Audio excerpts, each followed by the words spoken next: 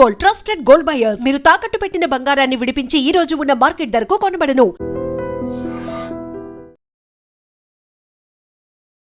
తెలంగాణలో సడన్ గా రాజకీయ వేడి ఎందుకని ఇంతలా రాజుకుంది? సవాళ్లు, ప్రతి సవాళ్లు, ఆరోపణలు, అరెస్టులు ఎందుకని ప్రతిరోజు ఇదే కనిపిస్తోంది? తెలంగాణలో అసలు ఏం జరుగుతుంది? తెలంగాణలో రాజకీయం జరుగుతుంది. ప్రశ్నించే వాళ్ళంటే మీకు పడదా? వాళ్ళు ప్రశ్నించే వాళ్ళు ఎవరైనా ఉంటే వాళ్ళని సపోర్ట్ చేసే ప్రయత్నం కాదు. ప్రశ్నించే గొంతుకే రేవంత్ రెడ్డి గారిని ముఖ్యమంత్రి చేసింది. ప్రశ్నని జీర్ణించుకోలేని వాళ్ళం కాదు. ప్రశ్నకి ఎప్పుడు కూడా గౌరవం విలువ ఇచ్చే ప్రభుత్వం. ఇప్పుడు కేసీఆర్ లాంటి రావయ్య బాబు అని అంటున్నాం. ఎందుకంటున్నాం? ప్రశ్నించేటోడు కరెక్ట్గా లేడు కాబట్టి. కానీ వీళ్ళు రేవంత్ రెడ్డి గారి స్ట్రాటజీస్ని తట్టుకునే స్థాయిలో ఉండరు. ఫామ్ హౌస్ లో ఉండి వచ్చిన వాళ్ళకి జోలి చెప్పుడు కాదు, అసెంబ్లీకి రా, లెక్కలు చెప్తా.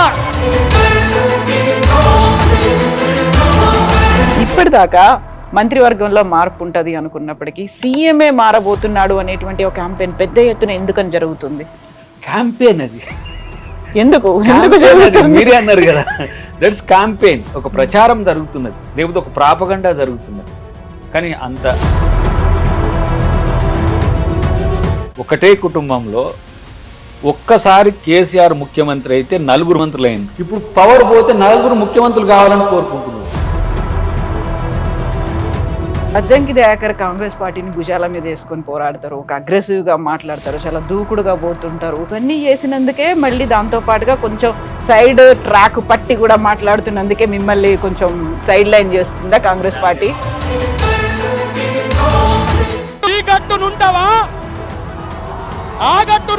కాంగ్రెస్ అంటే నేను మా అమ్మ లెక్క చూస్తా అంతే. నేను నాకు పదవుల కొరకు నిజంగా చెప్పాలంటే కేసీఆర్ ని వ్యతిరేకించిన ప్రతి వాళ్ళు కాంగ్రెస్ లో ఉండని, బీజేపీలో ఉండని, ఎక్కడే ఉండని రేవంత్ రెడ్డి గారిని హీరోగా చూసి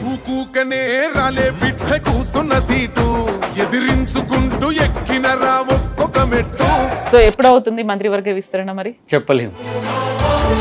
only wait highway rapid fire అయితే ఉంటే ఉండు, లేకుంటే లేకుంటే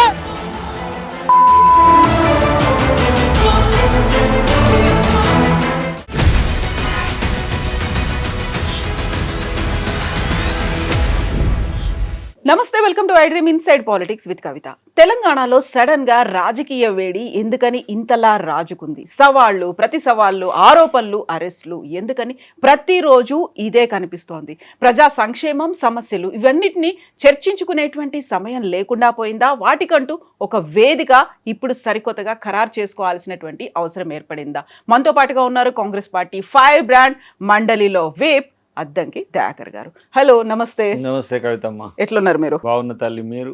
ఐఎమ్ గుడ్ అండి, చాలా బాగున్నా. తెలంగాణలో అసలు ఏం జరుగుతుంది? తెలంగాణలో రాజకీయం జరుగుతుంది చాలా ఇంతకు ముందు కంటే.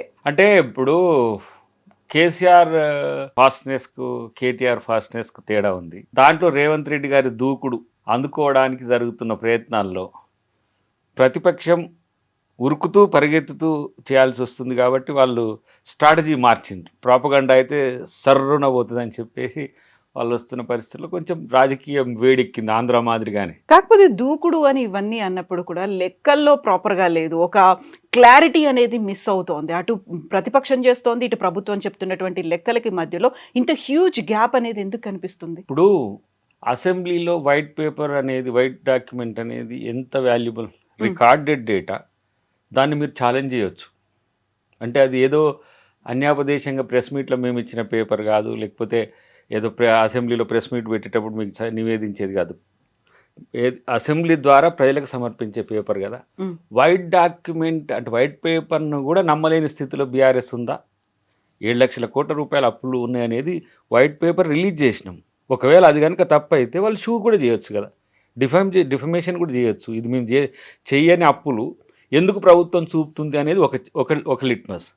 రెండవది, మరి నేను కడుతున్న 76,000 కోట్ల రూపాయలు ఎవరికి కడుతున్నా? మీరంటే ఎంత కట్టినరనేది చెప్పలేదు. నేను 76,000 crores per annum, minimum 6,000 to 12,000 crores అప్పుడప్పుడు అసలు కట్టేటప్పుడు ఎక్కువ అవుతుంది, వడ్డీ కట్టేటప్పుడు తక్కువ అవుతుంది. ఇన్ ఆన్ యావరేజ్ నేను 76,000 కోట్ల రూపాయలు బడ్జెట్ నుంచి కడుతున్నా. పక్కన పెట్టేస్తే ఈ 2.5 సంవత్సరాలు అంటే 30 నెలల్లో 2,50,000 కోట్ల రూపాయలు అప్పు తెచ్చి అప్పుకు అసలుకు వడ్డీ కట్టిన, అప్పు కోసం అప్పు చేస్తున్న చరిత్ర ఇది. రిజర్వ్ బ్యాంక్ ఆఫ్ ఇండియా దగ్గర ఉంటుంది, ఇది స్టేట్ బ్యాంక్ ఆఫ్ ఇండియా దగ్గర ఉంటుంది, షెడ్యూల్డ్ బ్యాంకులు మేము ఎక్కడ తెచ్చినాం అవన్నీ కూడా లెక్కలు ఉంటాయి కదా, దాన్నే కదా చర్చించడానికి రమ్మనేది. కాబట్టి అసలు మేము చేసింది 2.5 లక్షలు 3 లక్షల కోట్లని మనోడు కేటీఆర్ అంటాడు, 4.5 లక్షలు ఏం చేసిందని హరీష్ రావు అంటాడు. ఫస్ట్ మీ దగ్గర కేటగిరికల్గా మీ దగ్గరనే తేడా ఉంది, అది సరి చూసుకోండి. కానీ మీరు చెప్పేటువంటి లెక్కల్లో కూడా క్లారిటీ అనేది మిస్ అవుతోంది అని, గురుకులాల టెండర్లకు సంబంధించి ప్రతి ఒక్కటి నిన్న లేటెస్ట్గా జరిగినటువంటి ఆ ఇష్యూతో పాటుగా రైట్ ఫ్రమ్ ద బిగినింగ్ ఆ 9.5 ఏళ్లలో వాళ్ళు ఎంత అప్పు చేశారో, 2.5 ఏళ్లలో మీరు అంతకు మించి అప్పు చేశారో అనేటువంటి ఈ లెక్కలు అనేవి ఉన్నాయి కదా. ఇప్పుడు నేనంటే ఒక మాట, గురుకులాల్లో జరిగిన అవకతవకల మీద అసలు టెండర్ ఎంత? 1,000 కోట్ల రూపాయల టెండర్లో 2,000 కోట్ల రూపాయల అవినీతి అని చెప్తే దానికి ఏమైనా లెక్కపత్రం ఉందా? పోనీ ఇప్పుడు దాని విషయంలో వాళ్ళకేంది ముఫత్లాల్కి ఇవ్వద్దు, లేకపోతే ఆ కంపెనీకి ఇవ్వద్దు, ఈ కంపెనీకి ఇవ్వద్దు కాదు. మన రాష్ట్రంలో ఎంత ఉత్పత్తి అవుతుందో అంత ఫస్ట్ బయర్ మన స్టేట్ ప్రొడక్షన్ తీసుకున్న తర్వాత మనం ఇతర రాష్ట్రాల టెండర్లను మనం తీసుకుంటున్నాం. రెండవది అతి ముఖ్యమైనది ఏంటంటే 20 lakhs స్టూడెంట్స్ ప్లస్ ఇతరత్ర స్టూడెంట్స్ కూడా మొత్తం మనం స్టూడెంట్స్కి ఇచ్చేటోళ్ళు 30 లక్షలకు దాటిపోతారు. వాళ్ళకి ఎట్ ఏ టైం అందించడానికి ఎవరికి కూడా ఒక నెల 2 నెలలు కూడా సరిపోదు. సో మనం అప్పుడు అదనపు టెండర్లు కొడుతున్నాం.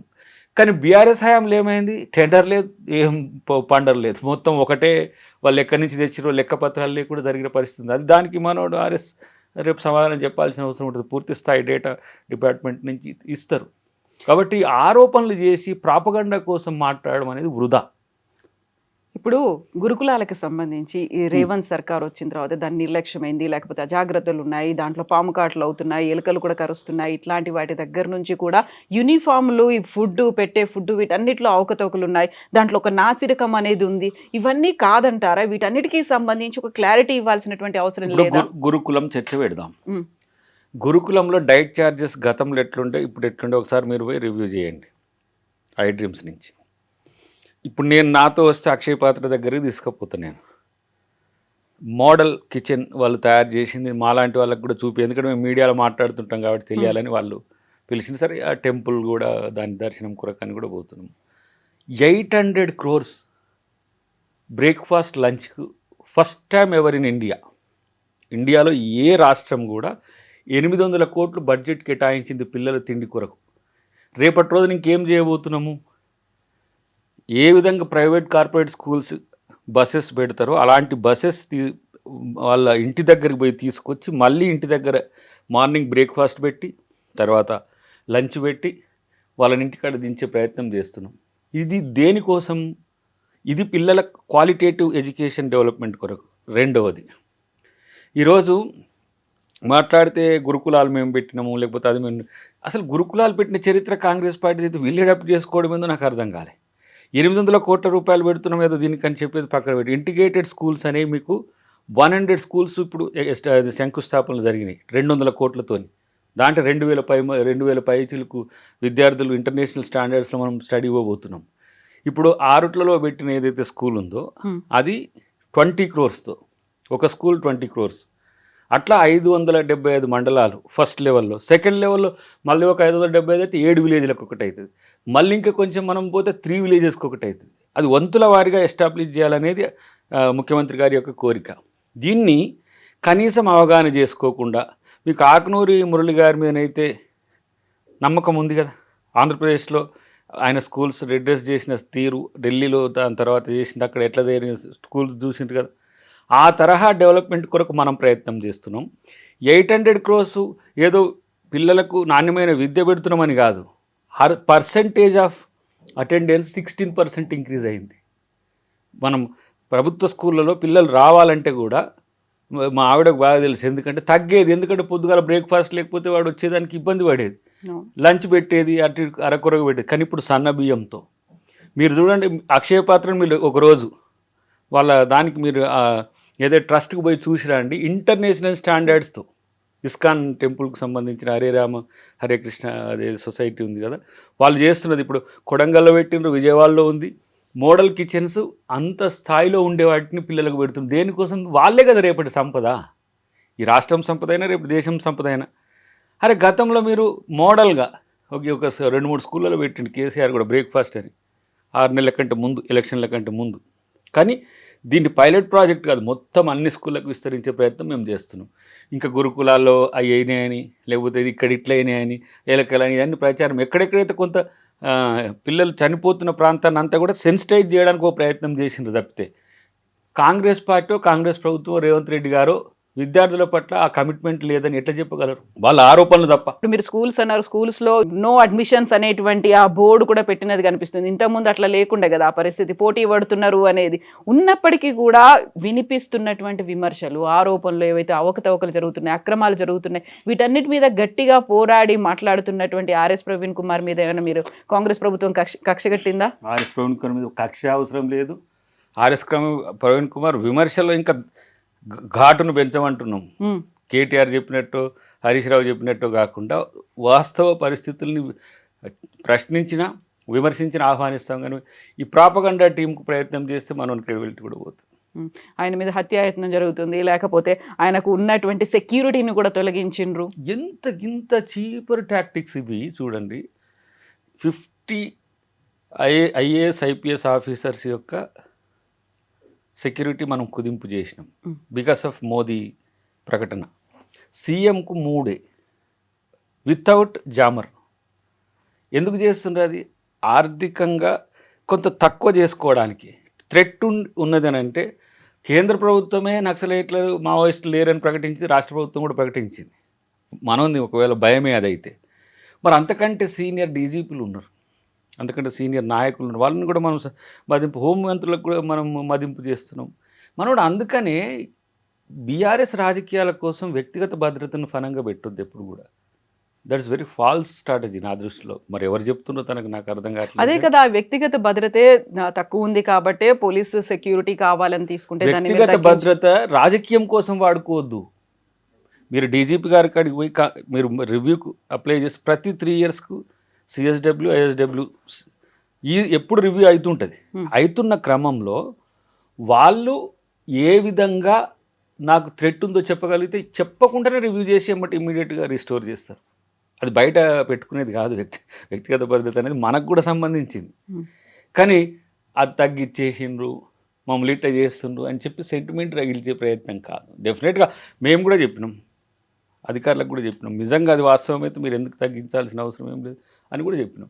కాబట్టి దాన్ని రాజకీయం చేసి ఏదో పొలిటికల్ బెనిఫిట్ కొరకు చేయడం మంచిది. ఆర్ఎస్ ప్రవీణ్ కుమార్ మీద కక్ష సాధింపు కుట్రలో భాగంగానే వాళ్ళ ఆవిడను కూడా ట్రాన్స్ఫర్ చేశారు, ఒక అప్రధాన్యమైనటువంటి పోస్టులో వేశారు. గతంలో ఇలాంటి పని మేము చెయ్యలేదు అనే మాట బీఆర్ఎస్ చెప్తోంది. 5-6 మంత్రుల యొక్క చుట్టాలందరూ కూడా ఇక్కడి నుంచి ఆదిలాబాద్కు, ఇక్కడి నుంచి ఖమ్మంకు పోయినారు. వాళ్ళు ఎవరు చెప్పలే, సొంత చుట్టాలు. ముఖ్యమంత్రి గారిది ఎట్లుంటుందంటే ఐఏఎస్ ఐపీఎస్ ట్రాన్స్ఫర్లు అయితే నేను చేస్తా, కానీ నువ్వు టీచర్ ట్రాన్స్ఫర్ అయినా కూడా వాళ్ళ సొంత చుట్టాలకు కూడా చేయడు, according to rule of law.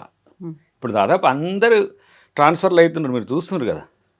దాంట్లో నాకు తెలిసే 4-5 మంత్రుల యొక్క చుట్టాలు, ఆ స్థాయి వాళ్ళు కూడా, ఐఏఎస్ ఐపీఎస్ స్థాయి వాళ్ళు కూడా చివరి జిల్లాల్లో చివరికి పోయిన పరిస్థితి. హైదరాబాద్లో ఉన్న లాంగ్ స్టాండింగ్ ఉన్నాను కూడా తీసుకుపోయి ఆదిలాబాద్లో వేసాను, నాకు తెలిసిన ముఖ్య నాయకుని భార్యని. కానీ అక్కడ మనం రూల్స్ ఫ్రేమ్ చేయకపోతే, నేను ఒక ఎగ్జాంపుల్ చెప్తా. నాకు దగ్గర ఆత్మీయమైన మంత్రి గారు, మీకు తెలుసు, ఇక్కడి నుంచి అక్కడికి వేయండి అన్న అంటే ఏమన్నానంటే, సోనియా గాంధీని మళ్ళొకసారి మాట్లాడి ఈ రాష్ట్రాన్ని మూడు రాష్ట్రాలు చేయమని, అప్పుడు నేను హైదరాబాద్ వేస్తా అని చెప్పిండు. అంటే అంత స్ట్రిక్ట్గా ఉంటాయి. ఇప్పుడు మనోళ్ళు ఏంటంటే ప్రతి ఒక్కరికి హైదరాబాద్ కావాలి, హైదరాబాద్ రంగారెడ్డి పరిసర ప్రాంతాలు ఉండాలి, ప్రతి ఒక్కరు ఇక్కడ సెటిల్ అయి ఉంటారు కాబట్టి. మరి ఎక్కడ రూరల్ ఎవరు చేస్తారు? డాక్టర్లట్నే, టీచర్లట్నే, ఎంప్లాయీస్.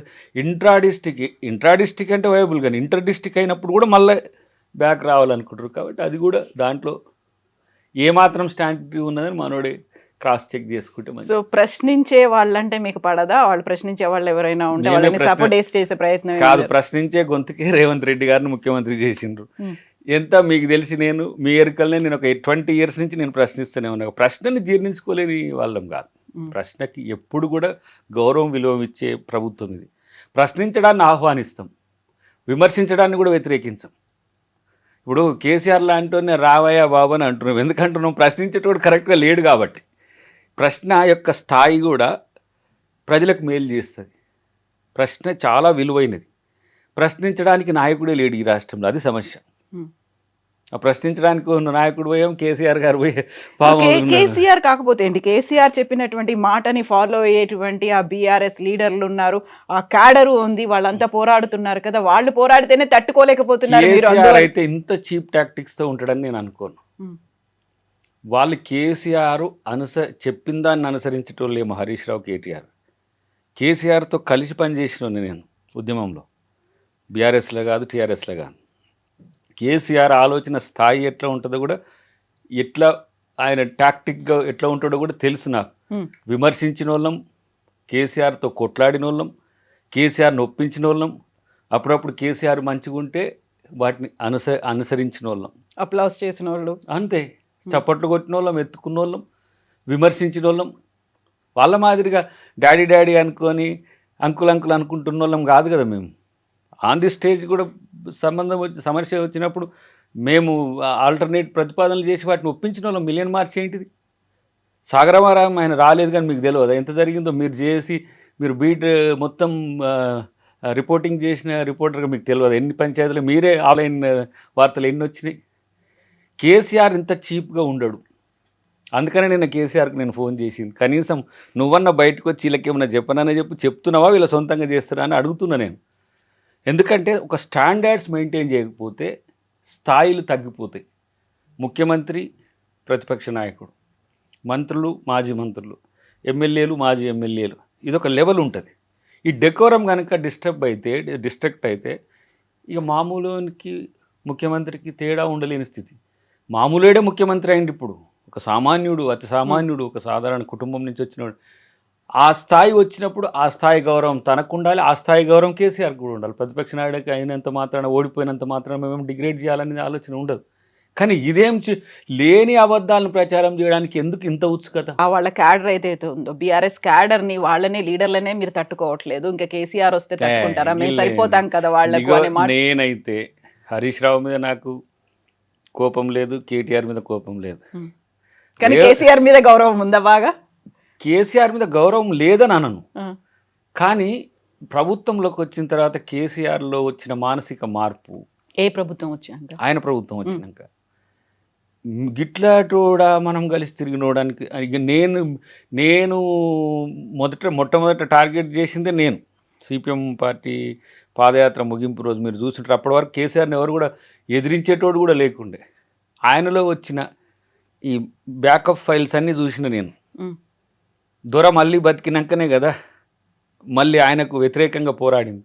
కానీ వీళ్ళు రేవంత్ రెడ్డి గారి స్ట్రాటజీస్ని తట్టుకునే స్థాయిలో ఉండరు.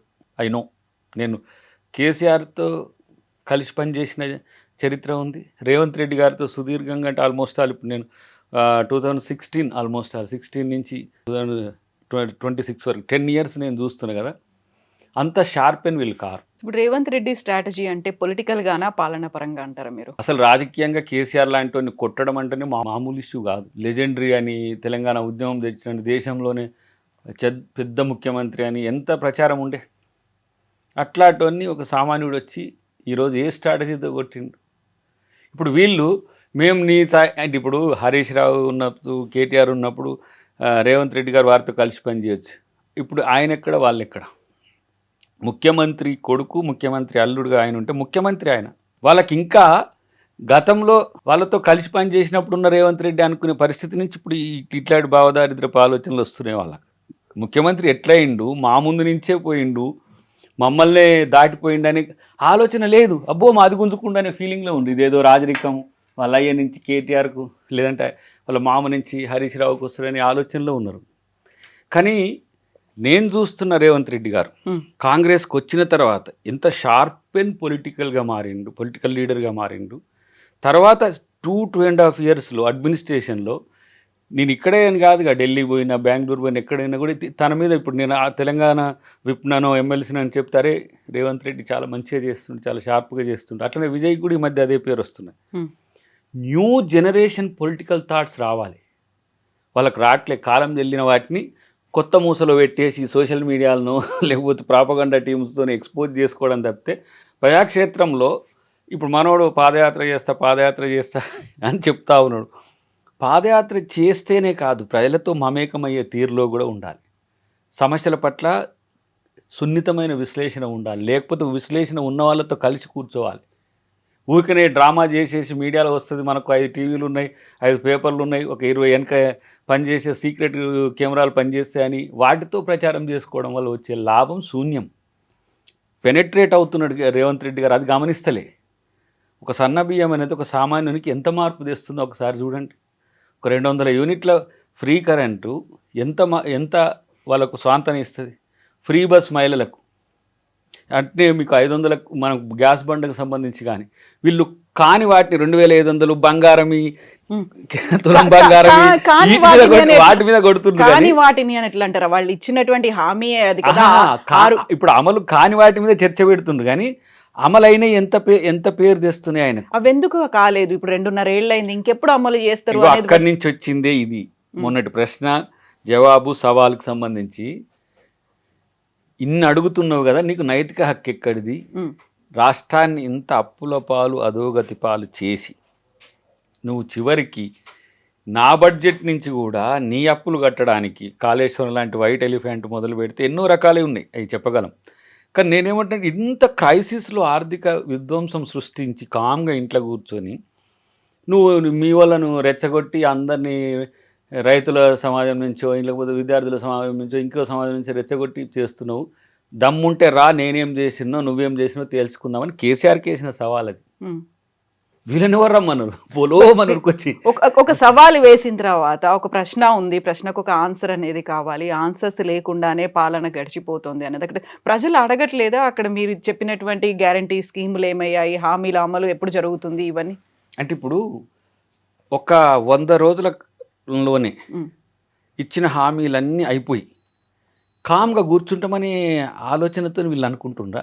6 గ్యారంటీలు అనేవి దాని కింద 13 సబ్-హెడ్స్ ఉంటాయి.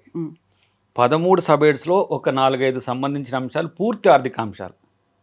2500 కావచ్చు, లేకపోతే 5 లక్షల విద్యార్థులకు మనం దాని కొరకు కావచ్చు, లేదంటే దాని పేరేంది తులం బంగారం కావచ్చు. ఇట్లాంటివన్నీ కూడా ఎకనామికల్లీ వయబుల్, ఇప్పుడున్న పరిస్థితుల్లో చేయలేని పరిస్థితి. మనం ఎప్పుడు చేయాలని దగ్గర ఉంటుంది, రేపు చేసినాక మళ్ళీ ఇట్లా చేసిరాని అనొద్దు, మళ్ళీ నిరంతర ప్రక్రియ అన్నట్టు. నిరంతర ప్రక్రియ కాదు, అది వన్ టైమే కదా. తులం బంగారం అయితే ప్రతి నెల ఇస్తామని చెప్పలేదు, ఒక్కసారే ఉంటది. కాకపోతే జాబ్ గ్యారంటీ అనేది చాలా మంది మిత్రులు దాని మీద ఎక్కువ విమర్శ చేస్తారు. ఇప్పుడు 67,000 అప్పుడైనా ఇంకో 10-15,000 ఇప్పుడు అయితే జరుగుతూనే ఉన్నాయి. వాటిని వంతుల వారికి వేస్తున్నప్పుడు ఇప్పుడు 5,000 మనం కానిస్టేబుల్ వేస్తున్నాం అనుకోండి, 19,000 వేయండి అని అంటారు. వెయ్యని రోజు ఏది లేదు. వెయ్యని రోజు ఎట్లా ఉండే అంటే జాబులు వెయ్యిన ఆయన అని చెప్పి ధర్నాలు చేసి తీసుకుపోయి అరెస్టులు చేసేవారు.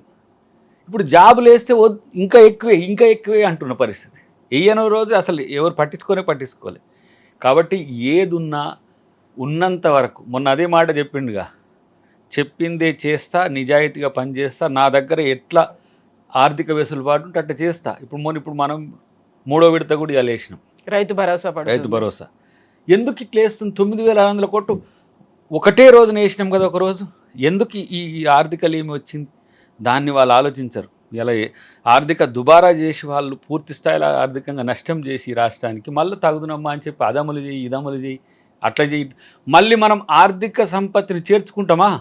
ఇంకా అడపోయి కుంపడి పెడతాం. ఫర్ ఎగ్జాంపుల్ హెచ్సివి భూములే ఉన్నాయి, సుప్రీంకోర్టులో కొట్లాడితే ఇచ్చినాం, దాన్ని తనఖా పెట్టి ఓ 10,000 కోట్లు వస్తే ఒక ఫ్రీలాన్స్ ఉంటుంది, కొంచెం ఫ్రీగా ఉంటుంది. దీనికి ఎందుకు ఈ మాట చెప్తున్నంటే, బడ్జెట్ 3 లక్షల కోట్లు అయితే రెవెన్యూ రిసీట్స్ 2,24,000 కోట్లు వస్తున్నాయి. ఇక్కడ గ్యాపే మనకు ఆల్మోస్ట్ 76,000 కోట్లు ఉన్నాయి. ఇది పూర్తి కావాలంటే మనకి ఏం కావాలి? నగదు పెరగాలి. నగదు పెరగాలంటే ఎట్లా రావాలి? పన్నుల రూపంలోనే రావాలి, ఫీజుల రూపంలోనే రావాలి, ఇంకో రిజిస్ట్రేషన్ల రూపంలో, ఏదో ఒక రూపంలో పెరగాలి. అది పెంచలేము. ప్రజల మీద పీడన వేయలేము. అలాంటప్పుడు ఒక ఆల్టర్నేటివ్ ప్రతిపాదనతో మనం డబ్బు తేవాలనుకుంటున్నాం. ఇక అక్కడ కూర్చుంటారు. ఆన్నే ఏంటిది పులి దస్తుంది, ఆన్నే ఏనుగు దస్తుంది, ఆన్నే నెమలి దస్తుంది. పర్యావరణం కూడా ముఖ్యమే కదా కాదా పర్యావరణం మరి? అనేది ప్రపంచ పర్యావరణం మొత్తం ఇప్పుడు ఈ 10 ఎకరాలు 20 ఎకరాలనే నాశనం చేసినట్టుగా మొత్తం సోషల్ మీడియాలో హల్చల్ చేసిరి. అంటే ఇప్పుడు ఇది చూడండి, ఎస్బీఐ వాళ్ళు ఒప్పుకున్నారు, అంతా ఒప్పుకున్నారు. మళ్ళీ ఆయన వనపడతాట ఎవరైనా పట్టుకొని నువ్వు వేసేయి అని చెప్పేస్తే వేసేస్తే అసలు లీడ్ బ్యాంక్ని ఎస్బీఐ తీసేద్దామని ఒక చిన్న జలకిస్తే మళ్ళీ సెటరైట్ అయిపోయి ఆల్టర్నేట్ మనం ఇచ్చినది ల్యాండ్ తీసుకున్నారు. క్యాంపస్ పెద్దగా ఉండాలనే కదా ఆ రోజు రాజశేఖర రెడ్డి గారు 5 ఎకరాల భూమి ఇచ్చిండు. ఎంత ప్రైమ్ ఏరియా ఐకియా పక్కన. ఇప్పుడు ఆ ఒక్క ఎకరం 300 కోట్లు వస్తాయి. అబ్బో 300 అంటే 1600 కోట్లు వస్తాయి, ఒక పథకం అయిపోతుంది. నో, ఆడ పెడదాం పుల్ల. ఏది ఇప్పుడు ఫ్యూచర్ సిటీ కడదాం, రద్దు చేస్తామంటాడు, వచ్చింది లేదు సచ్చింది లేదు. ఏడ నువ్వు రద్దు చేసేది? పోనీ ఈ మూసి 6 మీటింగ్స్ మినిట్స్ మొత్తం చూసిన నేను కేటీఆర్ మంత్రిగా ఉన్నప్పటి దీని కొరకు రివ్యూ జరిగేటప్పుడు. మీకంటే బెటర్గా కట్టేటోడొకడు, పైసలు పెట్టేటోడొకడు, నిర్వహించేటోడొకడు. అది ఒక వెసులుబాటు. దానివల్ల ఎన్ని ప్రయోజనాలు ఉన్నాయని 100 సార్లు చెప్పినా కూడా మూసీని కట్టనివ్వం. నేను అంటున్నా మహా అయితే 11,000 ఇండ్లు పోతాయమ్మా. 11,000 ఇండ్లు మూసి కట్టకే కట్టవచ్చు. 10,000 కోట్ల రూపాయల పరిహారం మనం ప్రకటించి ఉన్నాం. 10,000 కోట్లకు G+2 కట్టుకున్నా, లేకపోతే అక్కడక్కడ మనం ఆవాసాలు ఏర్పాటు చేసుకున్నా. ఇప్పుడు మనం ఇక్కడ హుసేన్ సాగర్ పక్కన కట్టుకోలేదా? ఇంతకుముందు వాంబే అంబేద్కర్ పేరు మీద, తర్వాత మన శైలజా ఉన్నప్పుడు వాటిని అంబేద్కర్ ఆవాస్ యోజన కింద వాళ్ళున్న గుడిసెల కంటే వాళ్ళున్న ఇండ్ల కంటే మంచి ప్లేస్లో, ప్రైమ్ ప్లేస్లో హౌస్ 25 lakhs అబోవ్ మనం స్పెండ్ చేయొచ్చు. ఇప్పటికి దాంట్లో 3,000 మంది ఇందిరమ్మ ఇండ్లకు పోయిండ్రు. ఈడ ఇండ్లు కుదిరితే కదేదో ఒకటి ఉంది కదా, ఇప్పుడు దాని పేరు తెలియదు, అపార్ట్మెంట్లది. వాళ్ళ సమస్య ఇప్పుడు మూసీ సమస్యగా మార్చి వాళ్ళకి ఆల్టర్నేటివ్ కూడా చూసుకోవచ్చు. కానీ ఇంత మంచి ప్రాజెక్ట్ కడుతుంటే మన ఏంది మహాత్మా గాంధీ సరోవర్ ప్రాజెక్టు మొత్తం దాంట్లో ఏంది అవినీతి అక్రమే 5,000 కోట్లు అట. ఆ ప్రాజెక్టే 5,000 కోట్లు లేదు. అంటే ఇట్లాంటివన్నీ కూడా ఎందుకు సజావుగా జరగాల్సిన ప్రజాస్వామ్యయుతంగా జరగాల్సిన రాజకీయాలు వేడిగా వాడిగా హాట్గా ఉంటాయంటే యువకులు ఉండొచ్చు కాక ఆలోచన ఉండే యువత ఉండాలి. ఇవన్నీ ఓకే, మేము ఫస్ట్ ఫేజ్ కంప్లీట్ చేసుకునే ఎలక్షన్స్కి వెళ్తాం. ఎలక్షన్స్ వెళ్ళేసరికి మూసీ అనేది రెజ్యూనేషన్ ప్రాజెక్టు ఫస్ట్ ఫేజ్లో అయిపోవాలి, 27 డిసెంబర్ కల్లా పూర్తి అవ్వాలి. ఇవన్నీ అన్నప్పుడు కూడా యూస్ చేసేటువంటి లాంగ్వేజ్ అనేది మేము ఎక్కుతాం తొక్కుతాం, నువ్వు చచ్చిపోయినా పర్లేదు, నువ్వు ఆత్మహత్య చేసుకున్నా పర్లేదు, మేము ముందుకు పోతాం. వీళ్ళు కొంత సంయమనం పాటిస్తే ముఖ్యమంత్రి గారు సంయమనంతో ఉంటాడు. ఆయన నా హోదాకు తగ్గట్టు ఉండాలని చాలాసార్లు చెప్తుంటాడు. మనోళ్ళకు పిచ్చిలేసి మొత్తుకుంటా ఉంటారు వీళ్ళు. సో వైస్ వర్స వాళ్ళు అదే మాట ఏమంటున్నారో వీళ్ళు అదే మేము అంటున్నాం. ఆయన తగ్గడు మా స్థాయి వల్ల మేము మాట్లాడని మాటలే మాట్లాడుతుంటే మీరే చూసి ఆశ్చర్యపోతుంటారు కదా. ఎందుకు దయాకర్ సైడ్ లైన్ అయిందంటే సైడ్ లైన్ కాదు, టిట్ ఫర్ టాట్ లెక్క ఉంటుంది. కేసీఆర్ లాంటి భాషను అదే స్థాయిలో వాడబట్టే రేవంత్ ఇవాళ పెద్ద నాయకుడు అయిండు. రేవంత్ రెడ్డి గారు అయిండు, రేవంత్ రెడ్డి గారు ముఖ్యమంత్రి అయిండు. అంటే ఏంది, ఎవరైనా కూడా అపోనెంట్స్ని చూసేటప్పుడు ఆ స్థాయి కొట్టగలిగినోడు ఎవడంటే రేవంత్ రెడ్డి గారు. చలో లీన్ అయినరు. ఎట్లా ప్రభంజనం. నేను ఈ ఎన్నికల ప్రచారంలో తనతో నేను కూడా చేపర్లో పోయినా కదా, అంతకుముందున్న మీటింగ్లు ఉన్నాయి కదా, దళిత గిరిజన దండోరా లేకపోతే విద్యార్థి గర్జన ఇట్లాంటివన్నీ పోయినాం కదా, బీసీ మీటింగ్. వాటికి ఎలక్షన్స్ అప్పుడు ఉన్న మీటింగ్స్కి ఆ వైబ్రేషన్ను, ఆ వైబ్ చూస్తే జనంలో అది ప్రజల నాయకుడిగా అట్లా ఏంటంటే కేసీఆర్కి ధీటుగా ఎదగడం వల్లనే. కాబట్టి కేటీఆర్ అంటేనో హరీష్ రావు అంటేనో ఆయన ఎందుకు పడతాడు? తప్పకుండా దానికి సంబంధించిన ఎట్లా మనం మాట్లాడితే అట్లాంటి మాటలే మళ్ళీ వస్తాయి. అద్దంకి దయాకర్ కాంగ్రెస్ పార్టీని భుజాల మీద వేసుకొని పోరాడతారు, ఒక అగ్రెసివ్గా మాట్లాడతారు, చాలా దూకుడుగా పోతుంటారు, ప్రశ్నిస్తూ ఉంటారు. ఇవన్నీ చేసినందుకే మళ్ళీ దాంతోపాటుగా కొంచెం సైడ్ ట్రాక్ పట్టి కూడా మాట్లాడుతున్నందుకే మిమ్మల్ని కొంచెం సైడ్ లైన్ చేస్తుందా కాంగ్రెస్ పార్టీ? ఎప్పుడు సైడ్ లైన్ చేయదు. I'm prince always. కాంగ్రెస్ అంటే నేను ఒక మా అమ్మ లెక్క చూస్తా అంతే. నాకు పదవుల కొరకు నేను ఎప్పుడు కొట్లాడినా మీకు తెలియదా? నేను ఏమన్నా కాంగ్రెస్ పార్టీలో జాయిన్ అయినాను, మీరు జాయిన్ అవుతా అని ఊహించిండ్రా మీరు? నన్ను కాంగ్రెస్ పార్టీ హక్కున చేర్చుకుంది. సోనియా గాంధీ నన్ను పిలిచి ఇంట్లో పిలిచి తన టిఫిన్ పెట్టి నాకు టికెట్ ఇచ్చింది. అంత ప్రేమ ఎవరు కాకపోతే అది ఇమ్మీడియట్ గా రాలేదు. అక్కడ కూడా మీ అసంతృప్తిని వెళ్ళగక్కిండ్రు, లేకుంటే ఒక కోపాన్ని ఒక బాధని చూపించిన తర్వాత లాస్ట్ మినిట్ లో మాత్రమే ఇచ్చిండ్రు. 2 సార్లు కూడా ఆ రోజు టికెట్ ఇట్లా పోయింది, 10కి ఫోన్ వచ్చింది మార్నింగ్. నువ్వు కాకుండా లాస్ట్ డే ఏదైతే మనం నామినేషన్లు ఫైల్ చేయాలో ఆ రోజు లాస్ట్ డే మాత్రమే ఇచ్చింది. అయినప్పటికీ కూడా మీకు ఆ కాంగ్రెస్ పార్టీ అంటే అభిమానం ఉంది. సెకండ్ టైం కూడా నేనేం అడగలే. సెకండ్ టైం కూడా ఎందుకు ఈ ఈ ఏమంటారు ఈ ఆర్థిక పోటీల్లో ఇలాంటి ఈ మాస్ మల్లిగా లెక్క నేను ఉంటున్నా లేదా అనే దగ్గర నేను ఆలోచనలో ఉన్నా. ఆ రోజు మళ్ళీ రాహుల్ గాంధీ గారు మళ్ళీ ఫోన్ చేయించింది. నేను అప్పుడు ఫ్యామిలీతో కలిసి నేను ఎక్కడ గోకర్ణ ఎక్కడనో పితృ వైపు పూజలు చేసుకుంటూ ఉన్నా. ఆ రోజు నాకు పిలిచి 2 days అక్కడ ఉంచిన తర్వాత నన్ను ఇంటర్వ్యూ చేసి మళ్ళీ టికెట్ ఇచ్చింది. నేనేం కోటీశ్వరునను, నేనేం పేద నాయకునని కాదు. నా మీద ప్రేమతో వాళ్ళు నన్ను గౌరవించి ఇచ్చినందుకు నేను కాంగ్రెస్ పార్టీకి తెలంగాణ ఇచ్చినందుకు రుణపడి ఉన్నా సోనియా గాంధీకి. ఆమె నన్ను కాంగ్రెస్ పార్టీలోకి రమ్మంది, వచ్చినాం. 2 సార్లు టికెట్ ఇచ్చిండ్రు. 3వసారి టికెట్ ఏ కారణాన పోయినా 2 సార్లు టికెట్లు ఇచ్చినప్పుడు అంత సంతోషంగా ఉండి ఒకసారి టికెట్ ఇవ్వకపోతే కోపం ఎట్లా వస్తుంది? కాబట్టి నేను కాంగ్రెస్ పార్టీలో ఇప్పటికీ చెప్తున్నానికి అక్కడ అమ్మ ఆగ్రహము అది కాదు, అక్కడ నల్గొండ జిల్లాకి సంబంధించి ఉన్నటువంటి పెద్దల కోపము అనేది, అందువల్లే అద్దెకి ఆఖరికి రాలేదు. ఇప్పుడు అవన్నీ సెట్ అయిపోయినాయా? అంత కూల్ పాసిఫై అయిపోయిందా? అన్ని కూల్ అయిపోయినాయి. కానీ అసలు వాస్తవం చెప్తా, మొన్న అప్లికేషన్స్ పెట్టిండు కదా, మొన్నసారి ఎంత 23లో అప్లికేషన్స్, నేను అప్లికేషన్ కూడా పెట్టుకోలే. ఎందుకు? 2 సార్లు ఇచ్చిండ్రు నాకు. 2 సార్లు, ఒకసారి ఎట్లా ఓడిపోయినా తెలియదు, 2వసారి ఎట్లా ఓడిపోయినా నాకు తెలుసు. 3వసారి కూడా కోపం కసి ఉండాలి కదా, ఎందుకు పెట్టుకోలే మరి? ఎందుకు అని అంటే ఇక ఇప్పుడు ఒకవేళ ఇప్పుడు ఓడిపోతే పొలిటికల్గా కొన్ని ఇబ్బందులు ఎదుర్కోవాల్సి వస్తాయి. నేను ముఖ్యమంత్రి గారు అప్పుడు పిసిసి ప్రెసిడెంట్ ఉన్నప్పుడు ఏంటిదా అన్నాడు, మీరు ఎట్లా అంటే అట్లా అని చెప్పి. సో కొంత టఫే ఉంది అంటే ప్రయత్నం చేయండి. నువ్వు ప్రయత్నం చేయమంటే మీరు ఏం చెప్తే అది చేస్తా అంటే మరి నీకో స్ట్రాటజీ ఉంటుంది కానీ నీకేం లేదంటే నేనేం చేయమంటే వారు ఏం చెప్పిండ్రో అది చేసిన. చివరికి వారు ప్రయత్నం చేసిన రాలేదు. రాకుంటే హ్యాపీగా వీడియో పెట్టినా కదా నేను. కాకపోతే ఎంత హ్యాపీ అయినా కానీ అక్కడ తుంగతుర్తిలో కాంగ్రెస్ అభ్యర్థియే గెలిచాడు అన్నప్పుడు కొంచెం లోపల ఒక పింఛింగ్ ఉంటుంది కదా. నేను సెకండ్ టైం గెలిచింది నాకెరక, నాకు సంతోషం ఉంది. ఇప్పటికీ అవి అదే మార్కెట్ యార్డ్లో ఉన్నాయి ఆ ఓట్లు. వాటిని లెక్క పెడితే పేషెంట్ డెడ్, ఆపరేషన్ సక్సెస్ లెక్క ఉంటుంది. ఇప్పుడు చాలా విచిత్రంగా ఉంటుంది. నేను ఎప్పుడు గెలిపోవటంలో నా రాజకీయ జీవితానికి అడ్డంకినో, గెలిస్తే నేనేదో ఎదుగుతా ఓడిపోతేదో అనే ఫీలింగ్లో లేను. నేను కాంగ్రెస్ పార్టీకి సర్వీస్ ఇవ్వడం అనేది నేను ఒక లక్ష్యంగా పెట్టుకున్నా. రెండవది, నేను ఎప్పుడు కాంగ్రెస్ పార్టీలో నన్ను జనం చూసే తీరు నేను అప్పుడు చెప్పిన, రానప్పుడు టికెట్ రానప్పుడు చెప్పిన, ఇప్పుడు చెప్పిన, నన్ను ఎప్పుడు ప్రిన్స్గానే చూస్తారు. దయాకర్కి ఇంక మంచి పదవి రాదాయే, వస్తే బాగుండని కోరుకుంటూ లేదు తప్పితే, రాకపోతే నేను ఎప్పుడైనా ఎక్కడన్నా అసంతృప్తి ఎక్కడన్నా చెప్పినట్టు మీకు కనపడి. అయితే మీ అభిమానులు, మీ కార్యకర్తలు, మీ వెల్ విషర్స్ కోరుకుంటారేమో. మీ నల్గొండ జిల్లాకి సంబంధించి ఉన్నటువంటి సీనియర్ పెద్దలు ఉన్నారు, మంత్రులు ఉన్నారు, కాంగ్రెస్ లీడర్స్ ఉన్నారు, వాళ్ళందరూ కూడా అదే కోరుకుంటున్నారు. అద్దంకి దయాకర్కి ఒక మంచి పదవి ఉండాలి, ఇంకో పొజిషన్ లో ఉండాలి అనే భావన వాళ్ళలో ఉందా? మా దామోదర్ రెడ్డి గారు అయితే వారు చనిపోకంటే ముందు మేము ఫ్యామిలీతో పోయినాం. నన్ను ఎంత అసలు నువ్వు మా ఓనికి మీరు వీడియో చూస్తే తెలుస్తుంది, అంత కూడా వచ్చింది కదా. వెంకటరెడ్డి గారు కూడా మొన్న అప్పుడప్పుడు నువ్వు అక్కడికి వచ్చిపోరా అని చెప్పి నన్ను అంటుంటాడు. మొన్న కూడా మీటింగ్కి పిలిచింది, నేను ఇక్కడ వేరే పని మీద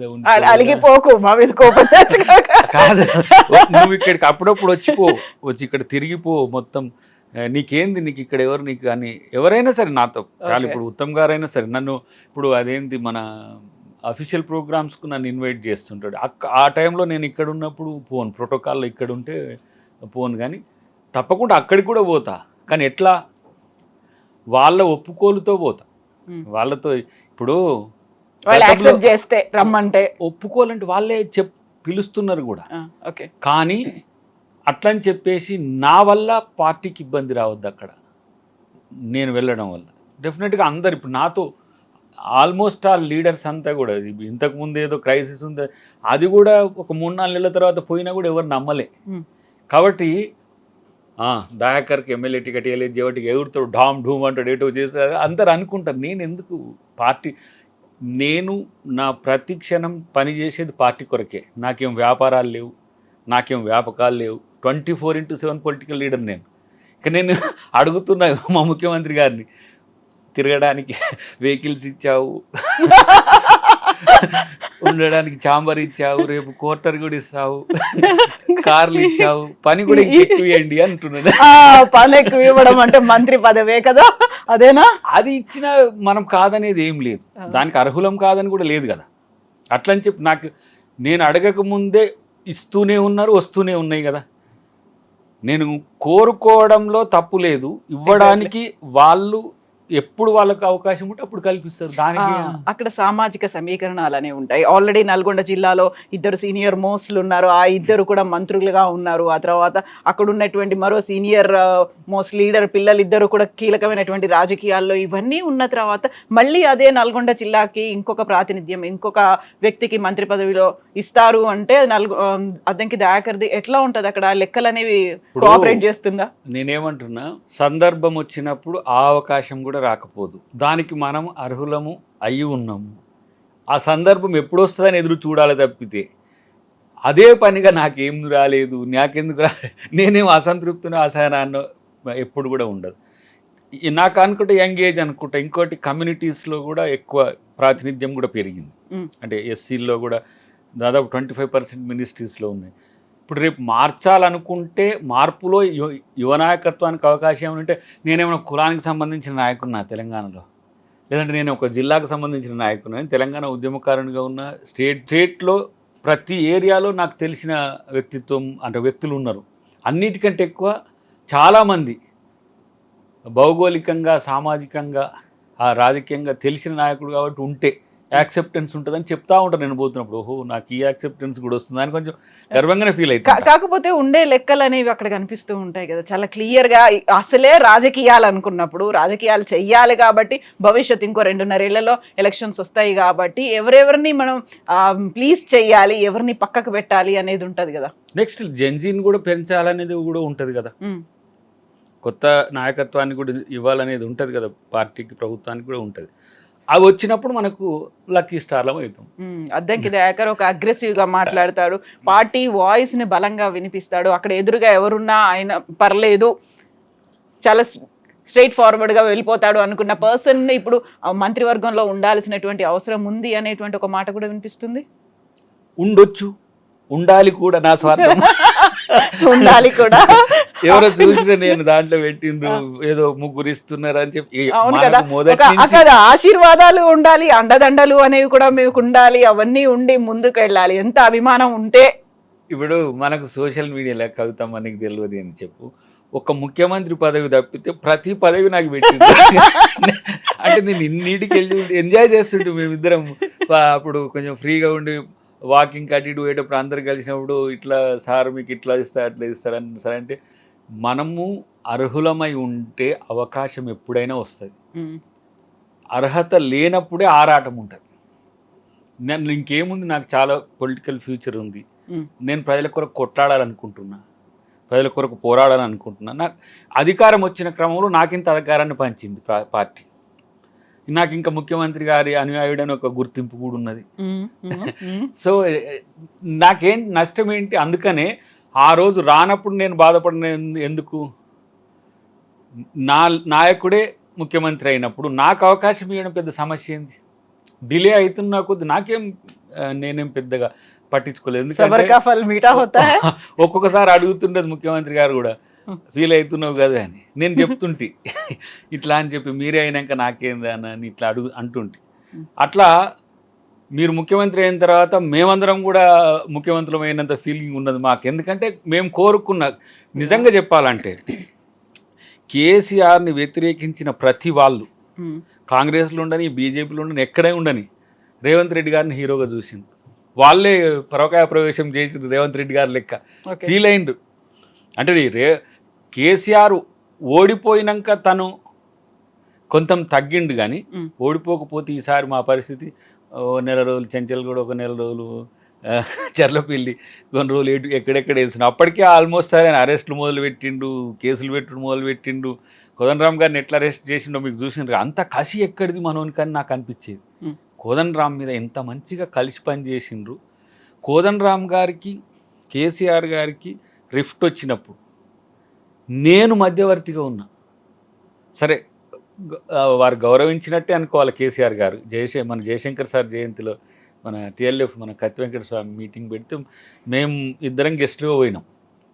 ఆ రోజు నేను పక్క నుండి సంథింగ్ అప్పుడు స్వామి గౌడ్ గారు అదంతా చర్చ జరుగుతుండే కదా. ఆ రోజు చెప్పిన ఈ గ్యాప్ జేఏసీ గ్యాప్ కూడా పెరిగి మీరు అందరు కూడా ఇంటర్వ్యూలు తీసుకుంటూనే ఉన్నారు. కేసీఆర్ గారు వస్తారా మళ్ళీ జేఏసీకి వస్తారా నడుస్తున్నప్పుడు అలాంటి పరిస్థితుల్లో అంత సఖ్యతతో ఉన్న కోదండరాం గారిని అరెస్ట్ చేసిన తీరు మొత్తం యావత్ తెలంగాణ కిన్నులైపోయింది. ఇంత మళ్ళీ ఆయన ఏమన్నాడు, ఏమన్నా సర్పంచ్ అయినా అయిందా అని. మాలాంటి వాళ్ళను మురళీ ముదిరాజ్ అనే తమ్ముడు ఆత్మహత్య చేసుకుంటే ఆయన కాన్స్టిట్యున్సీ గజ్వేల్ శ్రీకాంతాచారి చనిపోయిన రోజు ఆత్మహత్య చేసుకుంటే మేము పోతే మమ్మల్ని అరెస్ట్ చేసి 7 కేసులు పెట్టిండ్రు. ఇప్పటికీ ఆ కేసులు నేను యాడికి పోని అమెరికాకు పోని ఆస్ట్రేలియా పోని అవి పెద్ద క్వశ్చన్ మార్కులు నాకా ఎట్లా అంతర్జాతీయ రౌడీని చూసినట్టు చూస్తున్నారు అక్కడ ఎయిర్పోర్ట్లో. అంత మా మీద ఎందుకు కక్ష వచ్చింది నీకు? మందకృష్ణన్ సరే రేవంత్ రెడ్డి గారిని 2-3 సార్లు అరెస్ట్ చేసి జైల్లో పెట్టిన రాజకీయ కక్ష అది. ఉద్యమకారులను కూడా వదలలే, అట్లని చెప్పి విద్యార్థి నాయకులను కూడా వదలలే. అగో ఆ పరిస్థితి ఆయన మైండ్ సెట్ మారడం వల్ల ఈయన రేవంత్ రెడ్డి గారు ముఖ్యమంత్రి కాగానే చాలామంది స్వేచ్ఛగా సంతోషంగా ఫస్ట్ రైఫాల్ అయితే ఆడ ఆ ముందున్న ముళ్ళకంచెలు ఉంటాయి అవి కొట్టేసినప్పుడు ఏదో బ్రీతింగ్ ఏంది లాంగ్ బ్రీతింగ్ తీసుకున్నట్టున్నది. సో మళ్ళీ వాళ్ళు వస్తారనే ఫీలింగ్లో ఉన్నారు. కానీ ప్రజలు ఒకసారి చూసిండ్రు కేసీఆర్ గారు రాకుండా ఉన్న కేటీఆర్ హరీష్ రావు బయట ఉన్న. నాకు ఒకటే బాధ మీకు, ఎందుకంటే నీ ఇంట్లో సొంత చెల్లిని నువ్వు గౌరవించలేదు, ప్రేమించలేను, నువ్వు సమాజాన్ని ప్రేమిస్తాను బయట చెప్తే ఎవరు వింటారు? నీ సొంత చెల్లె నీ సొంత మరదలు వేసే ప్రశ్నలకు సమాధానాలు లేవు మీ దగ్గర. ఆ సొంత చెల్లె వెనకాలే కాంగ్రెస్ పార్టీ ఉంది, కావాలని కాంగ్రెస్ పార్టీ తన్ని వాడుకుంటోంది, రెచ్చగొట్టింది ఆరోపణల వెనకాల. అదే నేను అంటున్నా, కాంగ్రెస్ పార్టీ మీద మీరు ఆరోపణలు అవాండాలు వేస్తారు. మీరెందుకు లేరు? కన్న తండ్రి ఎందుకు లేడు? కన్న సొంత తోడబుట్టిన అన్నెందుకు లేడు? బావ ఎందుకు లేడు? ఆ భేదాభిప్రాయాలు రావడానికి, అక్కడ ఉన్నటువంటి స్ప్లిట్ రావడానికే కాంగ్రెస్ పార్టీ రేవంత్ రెడ్డి చేశారు అనే మాట. కుటుంబంలో మీకు ఒకరి మీద ఒకరికి నమ్మకం లేదని చెప్తున్నది కదా. ఇంతకంటే ఇప్పుడు సొంత చెల్లినే నమ్మనోడు ఇతర వాళ్ళని నమ్ముతారంటే ఎవరిని నమ్ముతారు? సొంత బిడ్డకు జరిగిన 6 పేజీల లేఖనం ఇంకేదో కొన్ని పేజీలు బయట పడలేదట. ఇట్లాంటి వాళ్ళు కూడా ఇంకా మేము సమాజ హితం కోసం మేము చేస్తాం, కేసీఆర్ రావాలని కోరుకుంటుండ్రు. కేసీఆర్ రావాలని కోరుకుంటుర్రా మీరు? ఆయన వస్తే మీరు కావాలని కోరుకుంటుర్రా పక్కన పెడితే కవిత ప్రశ్నలకు సమాధానాలు చెప్పండి. ఆమె మీద అబాండాలు వేసిర్రు, ఓకే. మీ ప్రభుత్వ హయాం లేనే కదా జరిగింది అవన్నీ కూడా, దానికి రెస్పాన్సిబిలిటీ మీది లేదా? కాబట్టి వాళ్ళని నేనేమంటున్నా, మళ్ళీ ఎంత విచిత్రమైన పరిస్థితి అమ్మ. ఒకసారి కేసీఆర్ సీఎం కావాలని అంటాడు మనోడు, ఆన్నే సీఎం అంటుంటారు కేటీఆర్ని. ఇటువైపు వస్తే లోపల సీఎం కావాలనే కోరిక కుతలాడుతుంటుంది హరీష్ రావుకు. ఇటువైపు కవితను సీఎం అని అంటుంటారు. ఒకటే కుటుంబంలో ఒక్కసారి కేసీఆర్ ముఖ్యమంత్రి అయితే 4 మంత్రులు అయింది. ఇప్పుడు పవర్ పోతే 4 ముఖ్యమంత్రులు కావాలని కోరుకుంటున్నారు. ఇంత స్వార్థమా? అంటే తెలంగాణ అంటే ఏమైనా వాళ్ళ కుటుంబం యొక్క జాగీర్ అనుకుంటున్నారా? లేకపోతే కేవలం ఇంకా నేనేమంటే బీఆర్ఎస్లో ఉండే నాయకత్వం ఒక్కళ్ళు కూడా మేము అయితం అంటోడు లేడు, వాళ్ళని మమ్మల్ని చేయమని అంటోడు కూడా లేడు. ఇప్పుడు కవిత అరెస్ట్ అవుతోంది, నిన్న కూడా ఉద్యమకారులకు సంబంధించి దాని మీద. ఆ ఉద్యమకారులది అసలు ఏం చేయబోతున్నారు మీరు? ఇప్పుడు అది అవుతుంది కాబట్టి కవిత మొదలు పెట్టింది. బీసీ బిల్లు పెడతాం అనేసరికి కవిత బీసీలకు గుర్తొస్తారు, ఉద్యమకారులది అవుతుంది అనేసరికి ఉద్యమకారులది గుర్తొస్తుంది. ఇప్పుడు అమరవీరుల జ్యోతి ఉంది కదా మన సెక్రటరేట్ ముందు, ఆఫీస్ అక్కడ తయారు చేసినాం. కన్సల్టేషన్స్లో మొట్టమొదటి ఆల్ పార్టీ డెలిగేషన్ అంతా కూడా వచ్చి డిస్కస్ చేసిన. రేపు విద్యార్థులు అంటే ఉస్మానియా, కాకతీయ, అట్లా తెలంగాణ యూనివర్సిటీ అన్ని యూనివర్సిటీ పిల్లల్ని పిలుస్తున్న కన్సల్టేషన్స్ అంటే ఏంది? సంప్రదింపులు. ఏం చేస్తే బాగుంటుంది, ఎట్లా చేస్తే బాగుంటుంది, ఫేస్డ్ మేనర్లో ఫస్ట్ ఫేజ్ కొంతమంది, సెకండ్ ఫేజ్, థర్డ్, అంటే ఇదంతా ఎంతో దూరం అవుతుంది అనుకోకండి. ఒక 10 రోజులు ఒక మేనర్, ఒక ఫేస్, ఇట్లా అందరినీ సంప్రదించి దాంట్లో కవులు, కళాకారులు, జర్నలిస్టులు, ఎన్ఆర్ఐస్తో పాటు తర్వాత ఎవరు అడ్వకేట్లు, మనం జేఏసీలో ఎవరెవరైతే క్షేత్రం నుంచి పై వరకు వచ్చారో వాళ్ళందరినీ పిలిచి ఒకసారి సంప్రదింపులు చేస్తాం. ఫేజ్ 1. ఫేజ్ 2లో వచ్చిన వాటిని పూర్తి స్థాయిలో సెగ్రిగేట్ చేసి ఏ ప్రతిపాదనలు వచ్చినాయి, మళ్ళీ మేమిచ్చిన హామీలు ఏమున్నాయి, వీటిని కంపేర్ చేసి ఒక రికమెండేషన్స్ కమిటీ ప్రభుత్వానికి సమర్థించి 3 నుంచి 4 నెలలు అయిపోతుండొచ్చు అది. అయితే అర్హత ఏంటి ఉద్యమకారులు? ఇప్పుడు తెలంగాణ రాష్ట్రం ఏర్పడాలి అని 3.5 కోట్ల మంది కోరుకున్నారు. అందులో కొంతమంది చాలా క్రియాశీలకంగా ఉన్నారు, కొంతమంది అమరులైనరు, కొంతమంది నాయకులైనరు, కొంతమంది మంత్రులైనరు, ఓవరాల్గా లీడర్లైనరు, కొంతమంది ఇప్పటికీ కూడా అలాగే ఉన్నారు, అదే కండిషన్లో ఉన్న ఆస్తులు అమ్ముకొని వాళ్ళు ఆ అనారోగ్యం పాలైన వాళ్ళు ఉన్నారు. మీరు ఎవరికి న్యాయం చేయబోతున్నారు అమరవీరుల కోటాల్లో, ఉద్యమకారుల కోటాల్లో? ఐడెంటిఫికేషన్ అనేది ఫస్ట్ ఫేజ్, గుర్తింపు, తర్వాత గౌరవం. గౌరవంలో కేటగిరీస్, ఫర్ ఎగ్జాంపుల్ ఎట్లా ఇప్పుడు చనిపోయిన కుటుంబాలు ఉన్నాయి, ఒక 575 కుటుంబాలకు ఇచ్చిండ్రు, మిగతా 1400 1500 ఐడెంటిఫై చేయడం, వాళ్ళకి ఇవ్వడం. సెకండ్ ఏంటిది, ఎవరైతే గాయపడ్డారో, దివ్యాంగులైండో, లేకపోతే ఇతరత్ర అంగవైకల్యం వచ్చిందో వారిని ఫేజ్ 2లో పెడతాం. థర్డ్, కేసెస్ జైల్స్ ఉన్నాయి, కేసులు జైలుకు పోయిన దాదాపు 2000 పైచిలకు ఉన్నాయి. తర్వాత వివిధ స్థాయిల్లో ప్రజా సంఘాల్లో, కుల సంఘాల్లో, తర్వాత జేఏసీల్లో ఇతరత్ర ఇండివిజువల్ ఇండిపెండెన్స్ కూడా ఐడెంటిఫై చేయడం. ఫస్ట్ ఐడెంటిఫై చేసిన తర్వాత వీళ్ళకి ఆర్థికంగా మొదటి దశ వాళ్ళకి ఎక్కువ ఉంది. గతంలో 10 లక్షలు ఒక ఉద్యోగం ఇచ్చిండ్రు, వాళ్ళకి ఎట్లా చేయాలని ఇప్పుడు పెరిగిన ఏమంటారు ఇన్ఫ్లేషన్ ప్రకారం. సెకండ్ ప్లేస్లో ఏంది, ఈ అంగవైకల్యం చెందిన వాళ్ళని మనం ఎట్లా అకామిడేట్ చేయాలి, వచ్చే సూచనలు తీసుకుంటాం మన వాళ్ళ నుంచి. తర్వాత థర్డ్ ఫేజ్ వాళ్ళు ఎక్కువ ఉంటారు, ఎవరు మన కేసులు జైలు ఇట్లా ఉంటారు, ఎక్కువ ఉంటారు కాదు, వీళ్ళకంటే ఎక్కువ ఉంటారు. ఫోర్త్ ఫేజే మ్యాక్సిమం ఉంటారు. అవును, లక్షల్లో కనిపిస్తారు మీరు. లక్షల్లో అంటే వాళ్ళని ఎవరికి న్యాయం చేస్తారు? చాలా మంది గుర్తింపును, గౌరవాన్ని, సర్టిఫికేట్ని కోరుకుంటారు ఎక్కువ మంది. నేను చూస్తున్నాను ఇప్పుడు ఈ జిల్లాల్లో అక్కడక్కడ పర్యటిస్తున్నప్పుడు చూస్తున్నాను కదా. సో దీనికి ఏం చేయొచ్చు మనం, మేమిచ్చిన హామీలు, తర్వాత వాళ్ళు కోరుకుంటున్నవి, ఉపాధి అవకాశాల్లో, ప్రభుత్వ పథకాల్లో ఏ విధంగా చేయొచ్చు అనేది ఒక చర్చ. కానీ అన్నిటికంటే ముఖ్యంగా తెలంగాణ చరిత్రలో మేమున్నాం అనేది కావాల్సిన అవసరం ఉంది. ఇప్పుడు ఫర్ ఎగ్జాంపుల్ చెప్తాను మీకు, 9 మంది కవులు రచయితలకు ముఖ్యమంత్రి గారు ₹1 కోటి ఇంటి సంబంధించి చేసిండ్రు. దాంట్లో 8 మంది తీసుకుంటారు, ఒకరు రాలే, 9వ వ్యక్తి తీసుకోలే. ఎవరు ఆయన అంటే బండి యాదగిరి కుటుంబం. బండి యాదగిరి గారు చనిపోయింది ఎప్పుడో, బండి వెనక బండి కట్టి అని పాట రాసిన ఆయన. గద్దర్ గారు ఆ పాటతోనే మన ఏంది మా భూమి మా భూమి అనుకుంటుంది, దాంట్లో పెద్ద హీరో అప్పుడు గద్దర్ గారు కూడా. ఆయన ఎక్కడ తెలుసా, ఆయన తుంగతుర్తి నియోజకవర్గం. చివరికి నేను వెతికితే మా సిస్టర్ యొక్క తాత, మా కజిన్ యొక్క తాత ఆయన. కానీ ఆయనకి ఎందుకు రాలే అని ఆరా తీస్తే ఆయన వైపు ఆగ్నేట్స్ కానీ కాగ్నేట్స్ కానీ ఎవరు బతికిలేరు. వాళ్ళ అమ్మ వైపు చుట్టాలు బతుకుంటే మొత్తం వంశవృక్షం గీపించి అంటే తెలంగాణ ఎంత నిస్వార్థంగా ఉంటుందంటే, రాకపోతే రాలేదని చెప్పి ఎక్కడ కూడా గొడవ చేయలే వాళ్ళు. కాకపోతే నేను కూర్చున్నప్పుడు బండి యాదగిరి గారికి ఆయన ఒక్క ఫ్యామిలీ తీసుకోలేదని మొన్న ఆఫీసర్స్ చెప్పుండే, ట్రస్ట్కైనా ఇవ్వచ్చు, లేకపోతే అక్కడ ఒక స్మారకమైనా కట్టవచ్చు, చేయొచ్చు కదా అని చెప్పేసి అప్పుడు నేను పిలిపించిన. అంటే తెలంగాణ ఉద్యమకారులు తెలంగాణ వచ్చిన తర్వాత రేపు ఏదో మాకు అందులో లెక్కిస్తారో, మాకు అది చేస్తారో ఇది చేస్తారో అని చేయలేదు. కానీ వాళ్ళను గౌరవించాల్సిన బాధ్యత కమిటీ, అది గౌరవించాల్సిన బాధ్యత ప్రభుత్వానిది, అది ముఖ్యమంత్రి గారి. దాన్ని పదే ఇప్పుడు మమ్మల్ని ఉద్యమకారులు ఏం కోరుకుంటారో మీరు అదంతా మీరు ప్లాన్ చేసి చెప్పండి, అప్పుడు మనం ఆలోచిద్దాం అంటుండే. నేను చెప్పినట్టు లేబోరియస్ ప్రాజెక్టు పని అని అనిపించట్లే మీకు? ఒక సవాల్ లాగా అనిపించట్లే? నేనైతే చాలా ఎంజాయ్ చేస్తున్నాను, ఎందుకంటే మనం కొట్లాడిన వాళ్ళు మనొకసారి కలుస్తున్నారు, జేఏసీ ఒకసారి అందరు కలిసిండ్రు, జిల్లాలో పోతుండే జిల్లా జేఏసీలు కలుస్తుండ్రు. అప్పుడు ఒక్కొక్క కార్యక్రమాన్ని చేసిన దాన్ని వాళ్ళు స్మరణకు తెచ్చుకున్నప్పుడు, నేను నిజామాబాద్ పోతే నిజామాబాద్ జేఏసీ నేను ఇన్ఛార్జిగా ఉంటుంది, ఆ బోధనకు సంబంధించి కానీ వాళ్ళు వచ్చి వాళ్ళు చెప్తుంటే ఇంత పెద్ద ఉద్యమం జరిగిందని అదొక రికార్డే కదా రేపటి రోజున. వాళ్ళు మాకెందుకు మీరు ఇవ్వాలని మా ముందు పెట్టేదంతా కూడా చరిత్రే. చరిత్రకు మనం గౌరవం ఇస్తున్నాం. కేసీఆర్ గారు ఆ పని ఎందుకు చేయలేదు అనిపిస్తుంది నాకు.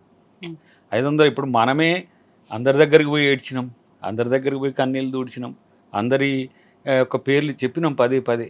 కానీ కొంతమందికే ఇచ్చి మిగతా వాళ్ళని ఎందుకు మనం పక్కన పెట్టాల్సిన అవసరం వచ్చి? ఏ దేశ చరిత్ర అయినా, ఏ రాష్ట్ర చరిత్ర అయినా మ్యాట్రియర్స్ని కానీ దాని కొరకు పోరాడిన వాళ్ళని ఎప్పుడు కూడా గుర్తుంచుకుంటుంది. ఇప్పుడు మీరు చూడండి, కొట్లాడిన వాళ్ళు కొంతమంది చనిపోయినరు, కొట్లాడరా చనిపోయినరు. ఏజ్ వచ్చి చనిపోయినారు, వాళ్ళని గుర్తుంచుకోవద్దా? గుర్తింపు. ఇప్పుడు ఇవాళ ఒక ఆయన కొట్లాడిండు, చనిపోయిండు, రేపు వాళ్ళ మనవడు వాళ్ళు ఎవరో చెప్పుకుంటారు, ఒక ప్రైడ్, మా తాత కొట్లాడిండట, మా డాడీ కొట్లాడిండట. ఇప్పుడు మన వాళ్ళు వీడియో జర్నలిస్టులు ఉండరు, నేను చూసిన జర్నలిస్టులు ఉండరు, మీలాంటి వాళ్ళంతా మిలియన్ మార్చ్లో ఎట్లా ఏ త్యాగాలు చేయం. మేమంటే ఉద్యమకారులం వచ్చితే మా మూతి కాడ మీరు మైకులు పెట్టాలి, కానీ మిమ్మల్ని కూడా కొట్టిండ్రు కదా, మీ ఓబీలు కూడా వదలుగా పెట్టిండ్రు, మిమ్మల్ని ఎంత హింస జరిగింది. అలాంటప్పుడు అది రికార్డు కావాలి. ఇప్పుడు చూడండి 56, 69, 96, 2001, 2009 నుంచి ఎక్కువ ఉంటారు.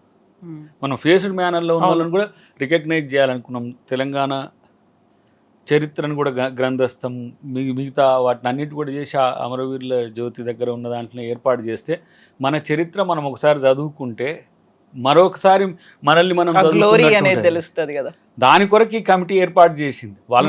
వాళ్ళని గౌరవించడానికి ముఖ్యమంత్రి గారు చేసింది. ఇప్పుడు మీరు చూడండి అందశ్రీ గారి పాటని ఏ విధంగా ఆయన గుర్తించి జాతికి మళ్ళీ అంకితం చేసింది, కీరవాణి గారితో అది స్వరకల్పన చేయించి. మరి తెలంగాణ తల్లి కూడా అంతే కదా, వాళ్ళు చేయలేకపోయిందంతా ఆయన చేస్తున్నాడు. మేము ఉద్యమం చేసినాం, మేము ఉద్యమకారులమని వీళ్ళు అంటారు. మరి రేవంత్ రెడ్డి గారు చేసిన పని మీరు ఎందుకు చేయలేకపోయిందంటే వాళ్ళ దగ్గర ప్రశ్న లేదు. అయితే రేవంత్ రెడ్డి ఇంత పని చేస్తున్నారు ఇవన్నీ చెప్పినప్పుడు కూడా మొన్న ఒక నెల రోజుల కిందేమో 2034 వరకు నేనే ఉంటా అన్నారు. సడన్గా మొన్నేమో మాట మార్చినట్టుగా అనిపిస్తుంది, నేను ఉన్నంత వరకు ఇచ్చేస్తాను, లేకపోతే ఎవరు ఎంతకాలం ఉంటారో తెలీదు అనేటువంటి మాట. ఏదైనా కర్ణాటక లాగా ఇండికేషన్స్ ఇక్కడ కూడా అలాంటిది ఏదైనా హింట్ ఉంటుందనా? నాకు తెలిసింది, నేనైతే నిర్భయంగా చెప్తా కదా, మీకు తెలుసు కదా, ఆయన చాలా బలపడ్డ నాయకుడు. ఇన్ మై వ్యూ గతం కంటే మరింత బలపడ్డ నాయకుడు. రాష్ట్రంలోనే కాదు, మా జాతీయ నాయకత్వంలో, దేశంలో కూడా చాలామంది ముఖ్యమంత్రులతో కంపీట్ చేస్తే ఆ నమ్మకం, ఆ విశ్వాసం, ఆ మాట ఆయనతో చెప్పిస్తున్నది. అదర్వైజ్ 2034 అంటే ఓకే, కాకుంటే మొన్న మూసీకి సంబంధించి మాట్లాడినప్పుడు అంటే మనోడు శాశ్వతం అనుకుని ఇట్లా చేసిండు. పదవేం శాశ్వతము? అవును, శాశ్వతం పదవి ఎవరికి శాశ్వతం కాదు. మనం మాట ఇచ్చిన మాట, చెప్పే మాట, చేసే పని శాశ్వతం అని చెప్పే కంటెంట్. మీరేమో ఈ రెండింటి మధ్యలో చూస్తే 2034 పదవి శాశ్వతం కాదు, మధ్యలో చూస్తే కర్ణాటకలో సీఎం మార్పు అనేది జరిగింది. అలాంటి ఇండికేషన్స్ ఉన్నాయి అనేటువంటి మాట. నాకైతే నేను చెప్తున్నా, నాకున్న అంచనా ప్రకారం ఆయనకు అసలు ఆయన ఇంకా చాలా క్రియాశీలకంగా వాడుకుంటుంది జాతీయ రాజకీయాల్లోకి. ఇక్కడ ముఖ్యమంత్రిగా ఉంచుతూనే చాలా క్రియాశీలకంగా వినియోగించుకుంటుంది. అన్నిటికంటే ఎక్కువ చాలా క్రూషియల్ లీడర్ కూడా రేపు దేశంలో అయ్యే అవకాశం ఉంటుంది. మోడీ వచ్చి హాత్ జోడు అన్న, ఇంకొక ఆయన వచ్చి సాత్ జోడు అన్న, వాళ్ళకు వచ్చేది ఏముండదు. ఎందుకంటే ఆయన లక్ష్యం రాహుల్ గాంధీని ప్రధానమంత్రిని చేయాలనే ఒక కోరిక. డెఫినెట్గా అటువైపు ఆయన పైన ఉంటుంది. దాని విషయంలో ఇప్పటిదాకా మంత్రివర్గంలో మార్పు ఉంటుంది అనుకున్నప్పటికీ సీఎంఏ మారబోతున్నాడు అనేటువంటి ఒక క్యాంపెయిన్ పెద్ద ఎత్తున ఎందుకని జరుగుతుంది? క్యాంపెయిన్ అది ఎందుకు మీరే అన్నారు కదా, దట్స్ క్యాంపెయిన్. ఒక ప్రచారం జరుగుతున్నది, లేకపోతే ఒక ప్రాపగండా జరుగుతున్నది. కానీ అంత అక్కడ లేదు, అక్కడ కాదు, ఉండదు కూడా. ఎందుకు ఆ మాట చెప్తున్నా అంటే అంత స్టాండర్డ్ ఇన్ఫర్మేషన్, మీకు నమ్మకమైన ఇన్ఫర్మేషన్ నీకు చెప్తున్నా అంతే. సో తెలంగాణ కాంగ్రెస్ వ్యవహారాల ఇన్ఛార్జ్ తనకి రాజ్యసభకి రాకుండా ఆ ఎంపీ పదవి పోవడానికే కారణం, రిజెక్ట్ అవ్వడానికి కారణమే రేవంత్ రెడ్డి అనేటువంటి ఒక ఆరోపణలు కూడా. కేవలం బీజేపీ, మీనాక్షి ఆర్ఎస్ఎస్, కేవలం బీజేపీ, కేవలం ఆమె చాలా స్పష్టంగా చెప్పింది. ఆమె సేవాగ్రామ్ యొక్క పూర్తి స్థాయి నిర్వహణకు సంబంధించిన దాంట్లో ఉంటుంది. ఆమె ఆర్ఎస్ఎస్ కౌంటరే సేవాగ్రామ్, ఆర్ఎస్ఎస్ కౌంటర్ సేవాగ్రామ్ కాదు, సేవాగ్రామ్ కౌంటరే ఆర్ఎస్ఎస్. కాబట్టి ప్రొడక్ట్ ఆఫ్ ది సేవాగ్రామ్ కాబట్టి వాళ్ళు చాలా సీరియస్గా తీసుకున్నారు. దానికి రిజెక్ట్ చేయాల్సిన ఎలక్షన్ కమిషన్కి అసలు హక్కే లేదు. ఇప్పుడు మంత్రివర్గ మార్పుకి సంబంధించి చాలా కీలకంగా వినిపిస్తుంది. అందులో 2-3 పోతారు, సరికొత్తగా 2-3 వస్తారు, నల్గొండల నుంచి కూడా కొంతమంది పోబోతున్నారు అనేది. నిన్న జరిగినటువంటి సమావేశంలో కూడా కొండా సురేఖ హాజరవ్వలేదు. దానికి ప్రధానమైనటువంటి కారణం యాదగిరిగుట్టకి సంబంధించి ఒక పాలక మండలి ఏర్పడింది. తనకు తెలియకుండానే దాన్ని అనౌన్స్ చేశారు, ఈవెన్ దేవాదాయ శాఖ మంత్రి అయినప్పటికీ అనేటువంటి ఒక మాటతో పాటుగా కోమటిరెడ్డి రాజగోపాల్ రెడ్డి కూడా అన్నారు, నా జిల్లాకి సంబంధించి నాకే తెలియదు అనేది. ఇప్పుడు కొంతమంది అట్లాంటి, కొంతమంది కానీ ఏదున్న సంప్రదింపులతోనే జరుగుతాయి. కొన్ని సందర్భాల్లో పొలిటికల్ రైవల్ ఉన్నప్పుడు వాళ్ళు ఒప్పుకోకపోయినా వాళ్ళకు అవకాశాలు కల్పించాల్సి వస్తుంది ఆయా నియోజకవర్గాలు వాళ్ళు ఇచ్చిన సర్వీసెస్కు. Hmm. అది పార్టీ రేవంత్ రెడ్డి గారే కాదు, పార్టీ మీన్స్ మహేష్ కుమార్ గౌడ్ గారు ఇన్ఛార్జ్ గారు, ఏఐసిసి అడ్మిన్ జనరల్ సెక్రటరీ గారు కూడా వాటి మీద ఎవరికి ఏ పదవులు ఇవ్వాలనే మీద రివ్యూ ఉంటుంది. ఒక్కరితోనే వచ్చి కాంగ్రెస్లో కేసీఆర్ అనుకోగానే ఫలానాన్ని మంత్రిని చేయాలంటే చేస్తాడు, ఫలానాన్ని తీసేయాలంటే తీస్తాడు. ఏది మన రాజన్న కాక ఇప్పుడు సీఎం అయినా సరే బర్తరఫ్ చేయాలంటే తీసేస్తాడు. కానీ కాంగ్రెస్లో అట్లా ఉండదు. పొలిటికల్ రవెలరీని ఓకే యాక్సెప్ట్ చేద్దాం, వేరే పార్టీలో ఉన్నారు వాళ్ళు సర్వీసెస్ చేశారు అనుకుంటే తీసుకున్నారు అనుకోవచ్చు. ఇంటర్నల్గా ఎవరైతే పార్టీకి చెందిన వాళ్ళు ఉంటారో అక్కడ ఉన్నటువంటి లోకల్ ఎమ్మెల్యే కావచ్చు, లేకపోతే అక్కడ ఉన్నటువంటి డిపార్ట్మెంట్ ఎండోమెంట్స్ డిపార్ట్మెంట్కి సంబంధించి ఆ మినిస్టర్కే తెలియదు, అక్కడ ఉన్నటువంటి అట్లేం లోకల్ లేదు, ఎమ్మెల్యే అట్లేం నాకే లేదు. తెలియదు అని రాజగోపాల్ రెడ్డి అంటున్నారు. ఇప్పుడు నియోజకవర్గాలకు సంబంధించిన అంశాల్లో పార్టీ నిర్ణయాలు తీసుకొని చెప్తుంది, రాటిఫై చేస్తుంది. మంత్రి గారికి తెలియకుంటే ఏం జరగవు. రాజగోపాల్ రెడ్డి గారికి మరి రాజగోపాల్ రెడ్డి గారు ఇప్పుడు ఫర్ ఎగ్జాంపుల్ అక్కడ సుదీర్ఘకాలంగా పనిచేస్తున్న వ్యక్తులకు ఇవ్వాలనుకున్నప్పుడు చెప్పి చేసినా చెప్పకపోయే చేసినా కూడా పార్టీ వ్యక్తికే వచ్చింది. అక్కడ వారు ఇంకొకరికి అనుకున్నారేమో, చెప్తే వాళ్ళు రికమెండ్ చేసేవాళ్ళేమో, లేదు కొంచెం అసంతృప్తి ఉందా, సంతృప్తి చెందడమో ఆనందపడ్డమో అది ఎందుకు ఇంక్లూడ్ చేయలేదు? అది పిసిసి దాని మీద పరిశీలన చేస్తుంది. ఎందుకంటే ఆ నియోజకవర్గంలో ఉండే అంశాలు ఇప్పుడు అక్కడ కూడా జిల్లా అధ్యక్షుని విషయంలో కూడా కొంత జరిగింది, మీకు తెలుసు కదా.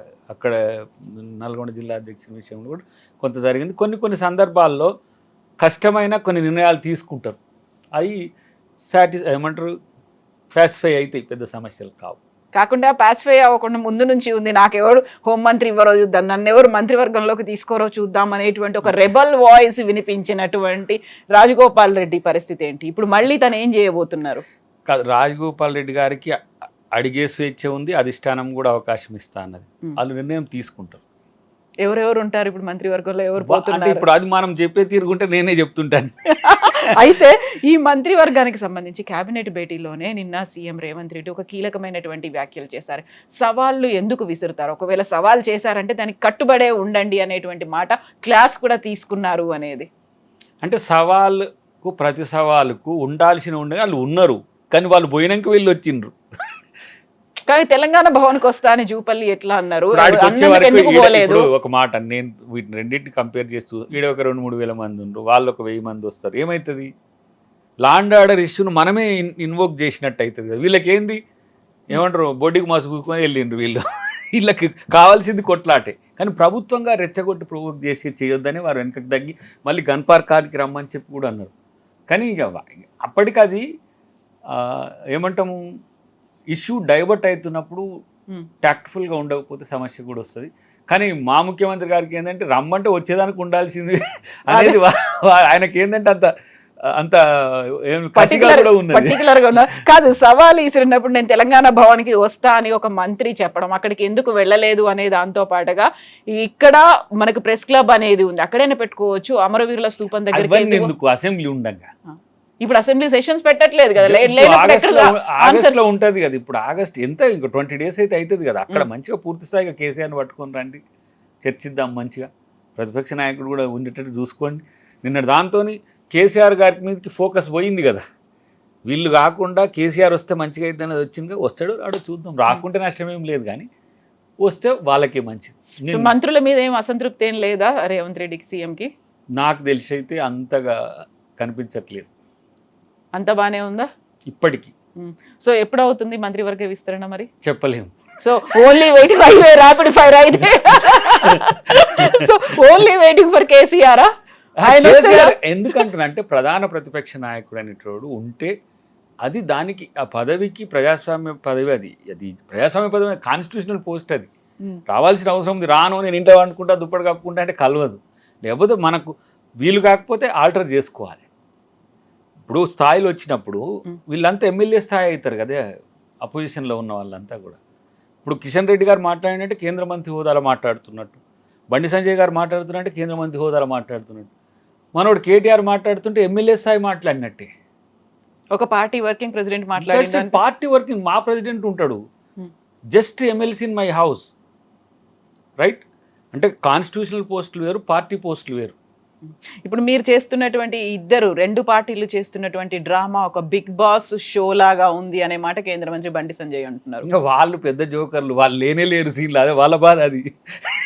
వాళ్ళు ఎక్కడున్నారు, వాళ్ళు ఏమైనా సరే ఆ నబీనా ఉండే కదా ఆయన, వాళ్ళ జాతీయ అధ్యక్షుడు వస్తాడు నితిన్ నబీన్, ఇది వెస్ట్ బెంగాల్ అవుతుంది అంటాడు, ఇది అంటాడు, ఏదో మన మాయల పక్కి రేషాలు వేసినట్టు వేసిపోతారు. కానీ వెస్ట్ బెంగాల్కు తెలంగాణకు ఎంత తేడా ఉంది, ఇక్కడ వాళ్ళ పరిస్థితి ఏముందనేది ఒకసారి క్రాస్ చెక్ చేసుకుంటే మంచిది. నెక్స్ట్ టార్గెట్ తెలంగాణ, ఆ దిశగానే ప్రయత్నాలు పనులు మొదలుపెట్టింది బీజేపీ. వాళ్ళు ఎప్పుడు టార్గెట్ చేయలేదండి, టార్గెట్ చేస్తే వాళ్ళకి సౌత్లో చాలా తక్కువ అవకాశాలు, అందుకనే కొంత టార్గెట్ అని పెంచినా కూడా ఇక్కడ వాళ్ళ పప్పి ఉంది కదా, బీఆర్ఎస్ ఉంది కదా, వాళ్ళతోనే అడ్జస్ట్ అయిపోతారు. కానీ ఒంటరిగా పోరాడతామని చెప్తున్నారు కదా, ఒంటరి పోటీ ఉంటుంది అని. ఎవరు లీడర్లు? మీరు సినారియో వేసుకోండి, ముఖ్యమంత్రి గారికి ధీటుగా ఎదుర్కొనే లీడర్ ఒక్కరు నాకు చెప్పండి. బీజేపీ ఎప్పుడు ఎక్కడ అట్లా ప్రొజెక్ట్ చేయలేదు కదా, వీళ్ళే మా సీఎం క్యాండిడేట్ అనేది ముందుకు పోలేదు కదా అట్లా. అది నార్త్, ఇక్కడ కావాలా పర్టికులర్ ఎవరు ఇప్పుడు మాజీ ముఖ్యమంత్రి, మళ్ళీ ఇప్పుడు ఎంపీ, ఎవరు is the person of the PMO, అట్లాంటి వాళ్ళని తెచ్చి రుద్దుతారు వాళ్ళు. ఇక్కడ అట్లా కలదు. సౌత్లో ఏంటంటే ఐకనిక్ పాలిటిక్స్, కొంచెం లెజెండరీ పాలిటిక్స్. ఇప్పుడు కేసీఆర్ అంటేనో, కరుణానిధి అంటేనో, మన జయలలిత అంటేనో, లేకపోతే ఎన్టీఆర్, ఇక్కడ రాజకీయాలు డిఫరెంట్గా ఉంటాయి. సో వాళ్ళు ఎంపీలప్పుడు లేస్తారు ఒక్కటేసారి, మళ్ళీ సర్పంచ్లు మున్సిపల్ అన్నప్పుడు మళ్ళీ పడిపోతారు అంతే. అప్పటి వరకు వీళ్ళు కూడా తగ్గుతారు బీఆర్ఎస్లు ఉద్దేశపూర్వకంగా, అంతే తప్పితే వాళ్ళకి ఇంకా ఇప్పటికైతే రియల్ గ్రౌండ్ లేదు. సో ఇప్పుడు 3 పార్టీలే కాదు, కవిత పార్టీ కూడా, 4వ పార్టీ కూడా ఉంది, కవిత పార్టీ ఉంది, ఇంకా పార్టీ ఉంది, మల్లన పార్టీ ఉన్నది, ఇంకా పార్టీలు అన్నీ ఉంటాయి. ఇప్పుడు రమ్మనండి, పోరాడండి, ప్రతి ఒక్కళ్ళు వస్తారు, కొట్టాడతారు ప్రజాక్షేత్రంలో. వాళ్ళని ఆహ్వానించాలి మనం, వాళ్ళని వ్యతిరేకించదు. ఎవరి అదృష్టం ఎట్టుంటుందో విజయ్ని ఊహించారు ఎవరన్నా? కానీ కాంగ్రెస్తో తలపడే పార్టీ లేకపోవడం, మా ముఖ్యమంత్రి గారు 34 వరకు చెప్పడం అనేది దాని యొక్క ఉద్దేశం. కాంగ్రెస్తో తెరపడే పార్టీ లేదు అంటుంటే బీఆర్ఎస్ కాంగ్రెస్ 3rd ప్లేస్లోకి వెళ్ళబోతోంది అనేటువంటి ఒక మాట చెప్తుంది కదా. పగటి కళలు అనుమానండి అట్లా ఇప్పుడు మొన్న ఎందుకు రాలేదనేది ఒక్కసారి ఒక్కళ్ళని ఆత్మపరిశీలన చేసుకుంటారు. మున్సిపల్ ఎందుకు రాలే, సర్పంచ్లు ఎందుకు రాలే, మరి ఉండాలి కదా ఆ స్థాయి. సరే మీరు కూడా అప్పుడు వచ్చిండ్రా, ఒకసారి మీరు వచ్చింది కానీ అంటే నేను అంటున్నా, అసలు ఫస్ట్ డైల్యూట్ అవుతున్న పార్టీనే బీఆర్ఎస్. దానికి సూత్రీకరణ కూడా చెప్పిన, మీరు ఇన్నరో లేదు, బావ కావాలనుకుంటుండు, బామ్మర్ది కావాలనుకుంటుండు, మధ్యన చెల్లి వచ్చి చేరింది, చెల్లె బయట ఉంది, వీళ్ళని మొత్తం చిందర వందర చేస్తున్న పరిస్థితుల్లో కేసీఆర్ ఏం చేయాలని అర్థం కాక గందరగోళంలో ఉన్న పరిస్థితి. కాబట్టి ఫస్ట్ వాళ్ళ సమస్యల నుంచి బయటకు వచ్చిన తర్వాత అప్పుడు ఆలోచిద్దాం. అద్దంకి దయాకర్ ఎప్పుడు మంత్రి అవుతున్నారు? ముఖ్యమంత్రి గారు ఏఐసీసీ ఎప్పుడు అనుకుంటే అప్పుడైతే. సో మీరేం ప్రయత్నాలు మొదలు పెట్టట్లేరా? ఆశీర్వాదాలు కావాలి, అధిష్టానం దగ్గరికి వెళ్ళాలి, రికమెండ్ చేయించుకోవాలి. పార్టీకి పని చేస్తుంటే పదవులు అవే వస్తుంటాయి. సో ఆ పరిస్థితిలో ముఖ్యమంత్రి గారు ఏఐసీసీనో పీసీసీనో ఇప్పుడు దయాకర్ ఇప్పుడు అవసరమని అనుకునే పరిస్థితి వస్తుంది, అప్పుడు కంపల్సరీ చేస్తారు. 34 వరకు కూడా ఉన్నది కదా, మధ్యలో ఏం అడ్డంకులు ఏం లేవు కదా, ఏముండవు, అన్ని అధిగమించి ముందుకు పోయినరా? అధిగమించట్లే, పని చేస్తుంటే అన్ని అధిగమిస్తాయి. అవి తప్పుకుంటున్నాయా? అట్లనే పనే నా విధానం అంతే. నేను పదవి కొరకు ఎప్పుడు కూడా ఆశించింది లేదు, కోరుకున్నది లేదు. నా సేవలు ఏ స్థాయిలో వినియోగించబడితే ఆ స్థాయిలో ముఖ్యమంత్రి గారు వాడుకునే హక్కు వారికి ఉంది, పిసిసి ప్రెసిడెంట్ గారు వాడుకునే హక్కు ఉంది, ఏఐసిసి ప్రెసిడెంట్ గారు వాడుకునే హక్కు ఉంది. దాని కొరకు ఏ రోజు కూడా నేను ఏ ప్రయత్నం కూడా నేను చేసినట్టు నాకైతే నాకే అనిపించాలి. ప్రయత్నాలు కాదు, ఎప్పుడో ఒక మనసులో మాట ఒకసారి చెప్పాలి, సీఎంతో మాట్లాడాలి, అంత క్లోజ్ అనుకున్నప్పుడు, ఆయన గ్రూపే అనుకున్నప్పుడు ఎప్పుడో ఒకసారి బయటపడతారు కదా. చెప్పాలి ఒకసారి, నేను కూడా అయితే మంచిగుంటుందని చెప్పాల్సిన అవసరం వస్తుందేమో, చెప్తానేమో. రాలేదా? ఆ సందర్భం ఉండాలి కదా. ఇప్పుడు జరుగుతున్నాయి అన్ని ప్రచారాలే, బయట జరుగుతున్న ఎక్స్పాన్షన్ అది ఇదంతా కూడా. నేను ఇప్పుడు అవసరమేమో అని ఒక ఆలోచన చెప్తే కూడా మంచిదే కదా, ఎందుకంటే అడగంది అమ్మాయిని పెట్టదు అన్నట్టుగా. ఎగ్జాక్ట్లీ. సమయం సందర్భం తొందరలోనే వస్తుందా చెప్పలేం, రావచ్చు కూడా, రావాలని కూడా చాలా మందికి ఉంది, నాకు కూడా ఉంది. లేదని ఇప్పుడు ఇన్ని ఓపెన్గా మాట్లాడి ఇదేదో నర్మగర్భంగా మాట్లాడేదానికంటే ఇది కూడా ఓపెన్ చెప్పచ్చు కదా. కాదు, కావాలనే కోరిక లేదని లేదు, ఇస్తే వద్దనేది లేదు, ఇవ్వకపోతే బాధపడేది లేదు, ఇవ్వాలనే ఆలోచన వారికి ఉంటుంది అని నేను అనుకుంటున్నా. కావాలనే ఆలోచన నాకు కూడా భవిష్యత్తులో ఉంది, ఎందుకంటే పార్టీ ముందుకు పోవాలనుకున్నప్పుడు డెఫినెట్గా యంగ్ జనరేషన్ ఉండాలి. స్టెప్ అప్ ఎట్లా ఉంటుందో స్టెప్ డౌన్ కూడా అట్లా ఉండాల్సిన అవసరం ఉంటుంది. అవకాశం వస్తే కంపల్సరీ కాదనేది అయితే లేదు.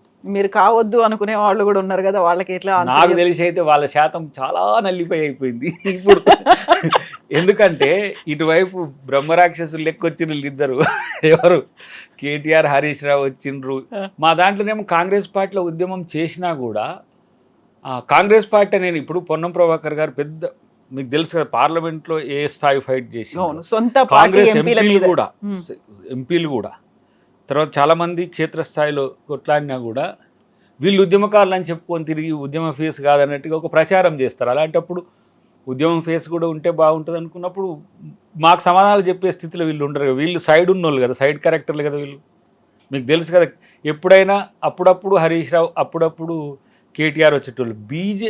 టీఆర్ఎస్లు ఉండేటోళ్ళు వాళ్ళు, ఉద్యమంలో కాదు, టీఆర్ఎస్ పార్టీలో ఉండి కేసీఆర్ ఉద్యమం చేస్తుంటే వాళ్ళతో కలిసిన వాళ్ళు. కానీ ఉద్యమ శక్తి చేసి స్టీరింగ్ కమిటీలో మీకు అన్ని రాజకీయ పక్షాలు ఉండేది, అన్ని ప్రజా సంఘాలు ఉద్యోగ సంఘాలు ఉండే పరిస్థితి ఉంది. కాబట్టి వీళ్ళ మాగి ముందంతా మాకు తెలిసి ఏం చేసిండ్రు ఎప్పుడు చేసిండ్రు. కాబట్టి మాలాంటి వాళ్ళు ఉంటే ఇంకా మంచిది. తర్వాత అయితే మీరు ఇంత చెప్పినప్పుడు కూడా అసలు ఆ పార్టీలో లేడు, పోరాటంలో లేడు, కావాలంటే గన్ పట్టుకొని వచ్చిండు, వ్యతిరేకించిండు, ఎదురు నిలిచిండు, అట్లాంటి పర్సనే సీఎం అయిండు అనేటువంటి గవర్నర్ గారి ప్రసంగం అప్పుడు హరీష్ రావు యాడున్నాడు, రేవంత్ రెడ్డి గారు యాడున్నాడు.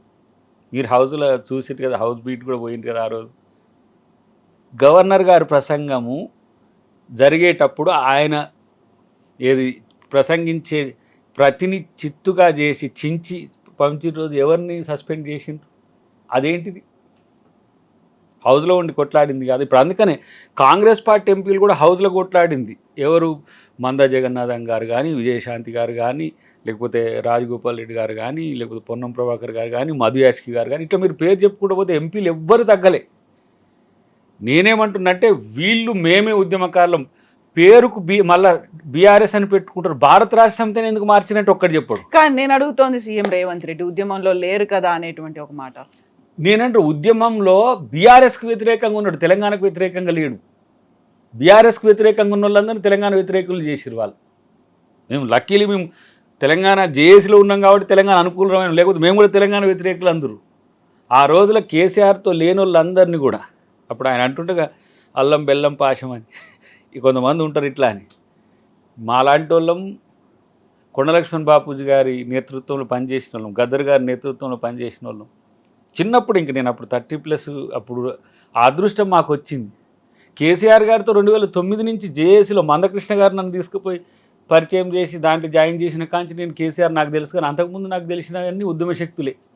తెలంగాణ ఐక్య కార్యాచరణ కమిటీ అని ఉంటుండే ఒకటి, 2006లో ఏర్పాటు చేసి రాన్మాన్లు భూమయ్య గారితో పాటు ఇట్లా కొండలక్ష్మణ్ బాపూజీ గారు తెలంగాణ రాష్ట్ర సాధన సంయుక్త వేదిక అని పెట్టి జాదవ్ గారు పంచాయత్ తర్వాత నేనే కన్వీనర్, దానికి ఆయన చైర్మన్ నేను కన్వీనర్. అంటే చిన్నప్పుడు ఇచ్చిన ఆయన 90+ నేను 30+. అంటే అలాంటి ఉద్యమకారులం కాబట్టి కేసీఆర్ లాంటిని విమర్శించడం, కేసీఆర్ తప్పుల్ని ఎత్తి చూపడం, కేసీఆర్ ఎక్కడ నేను అందుకనే సాగరహారము, సడక్ బంధు, సంసద్ యాత్ర ఎందుకు లేడు కేసీఆర్ అంటే ఎవరు సమాధానం చెప్పరు. అలాంటప్పుడు వాళ్ళకు ధీటుగా ఉండాలన్నప్పుడు మేము పార్టీకి ప్రభుత్వానికి అవసరం ఉంటామని నేను కోరుకుంటున్నాను. చూద్దాం. Thank you so much.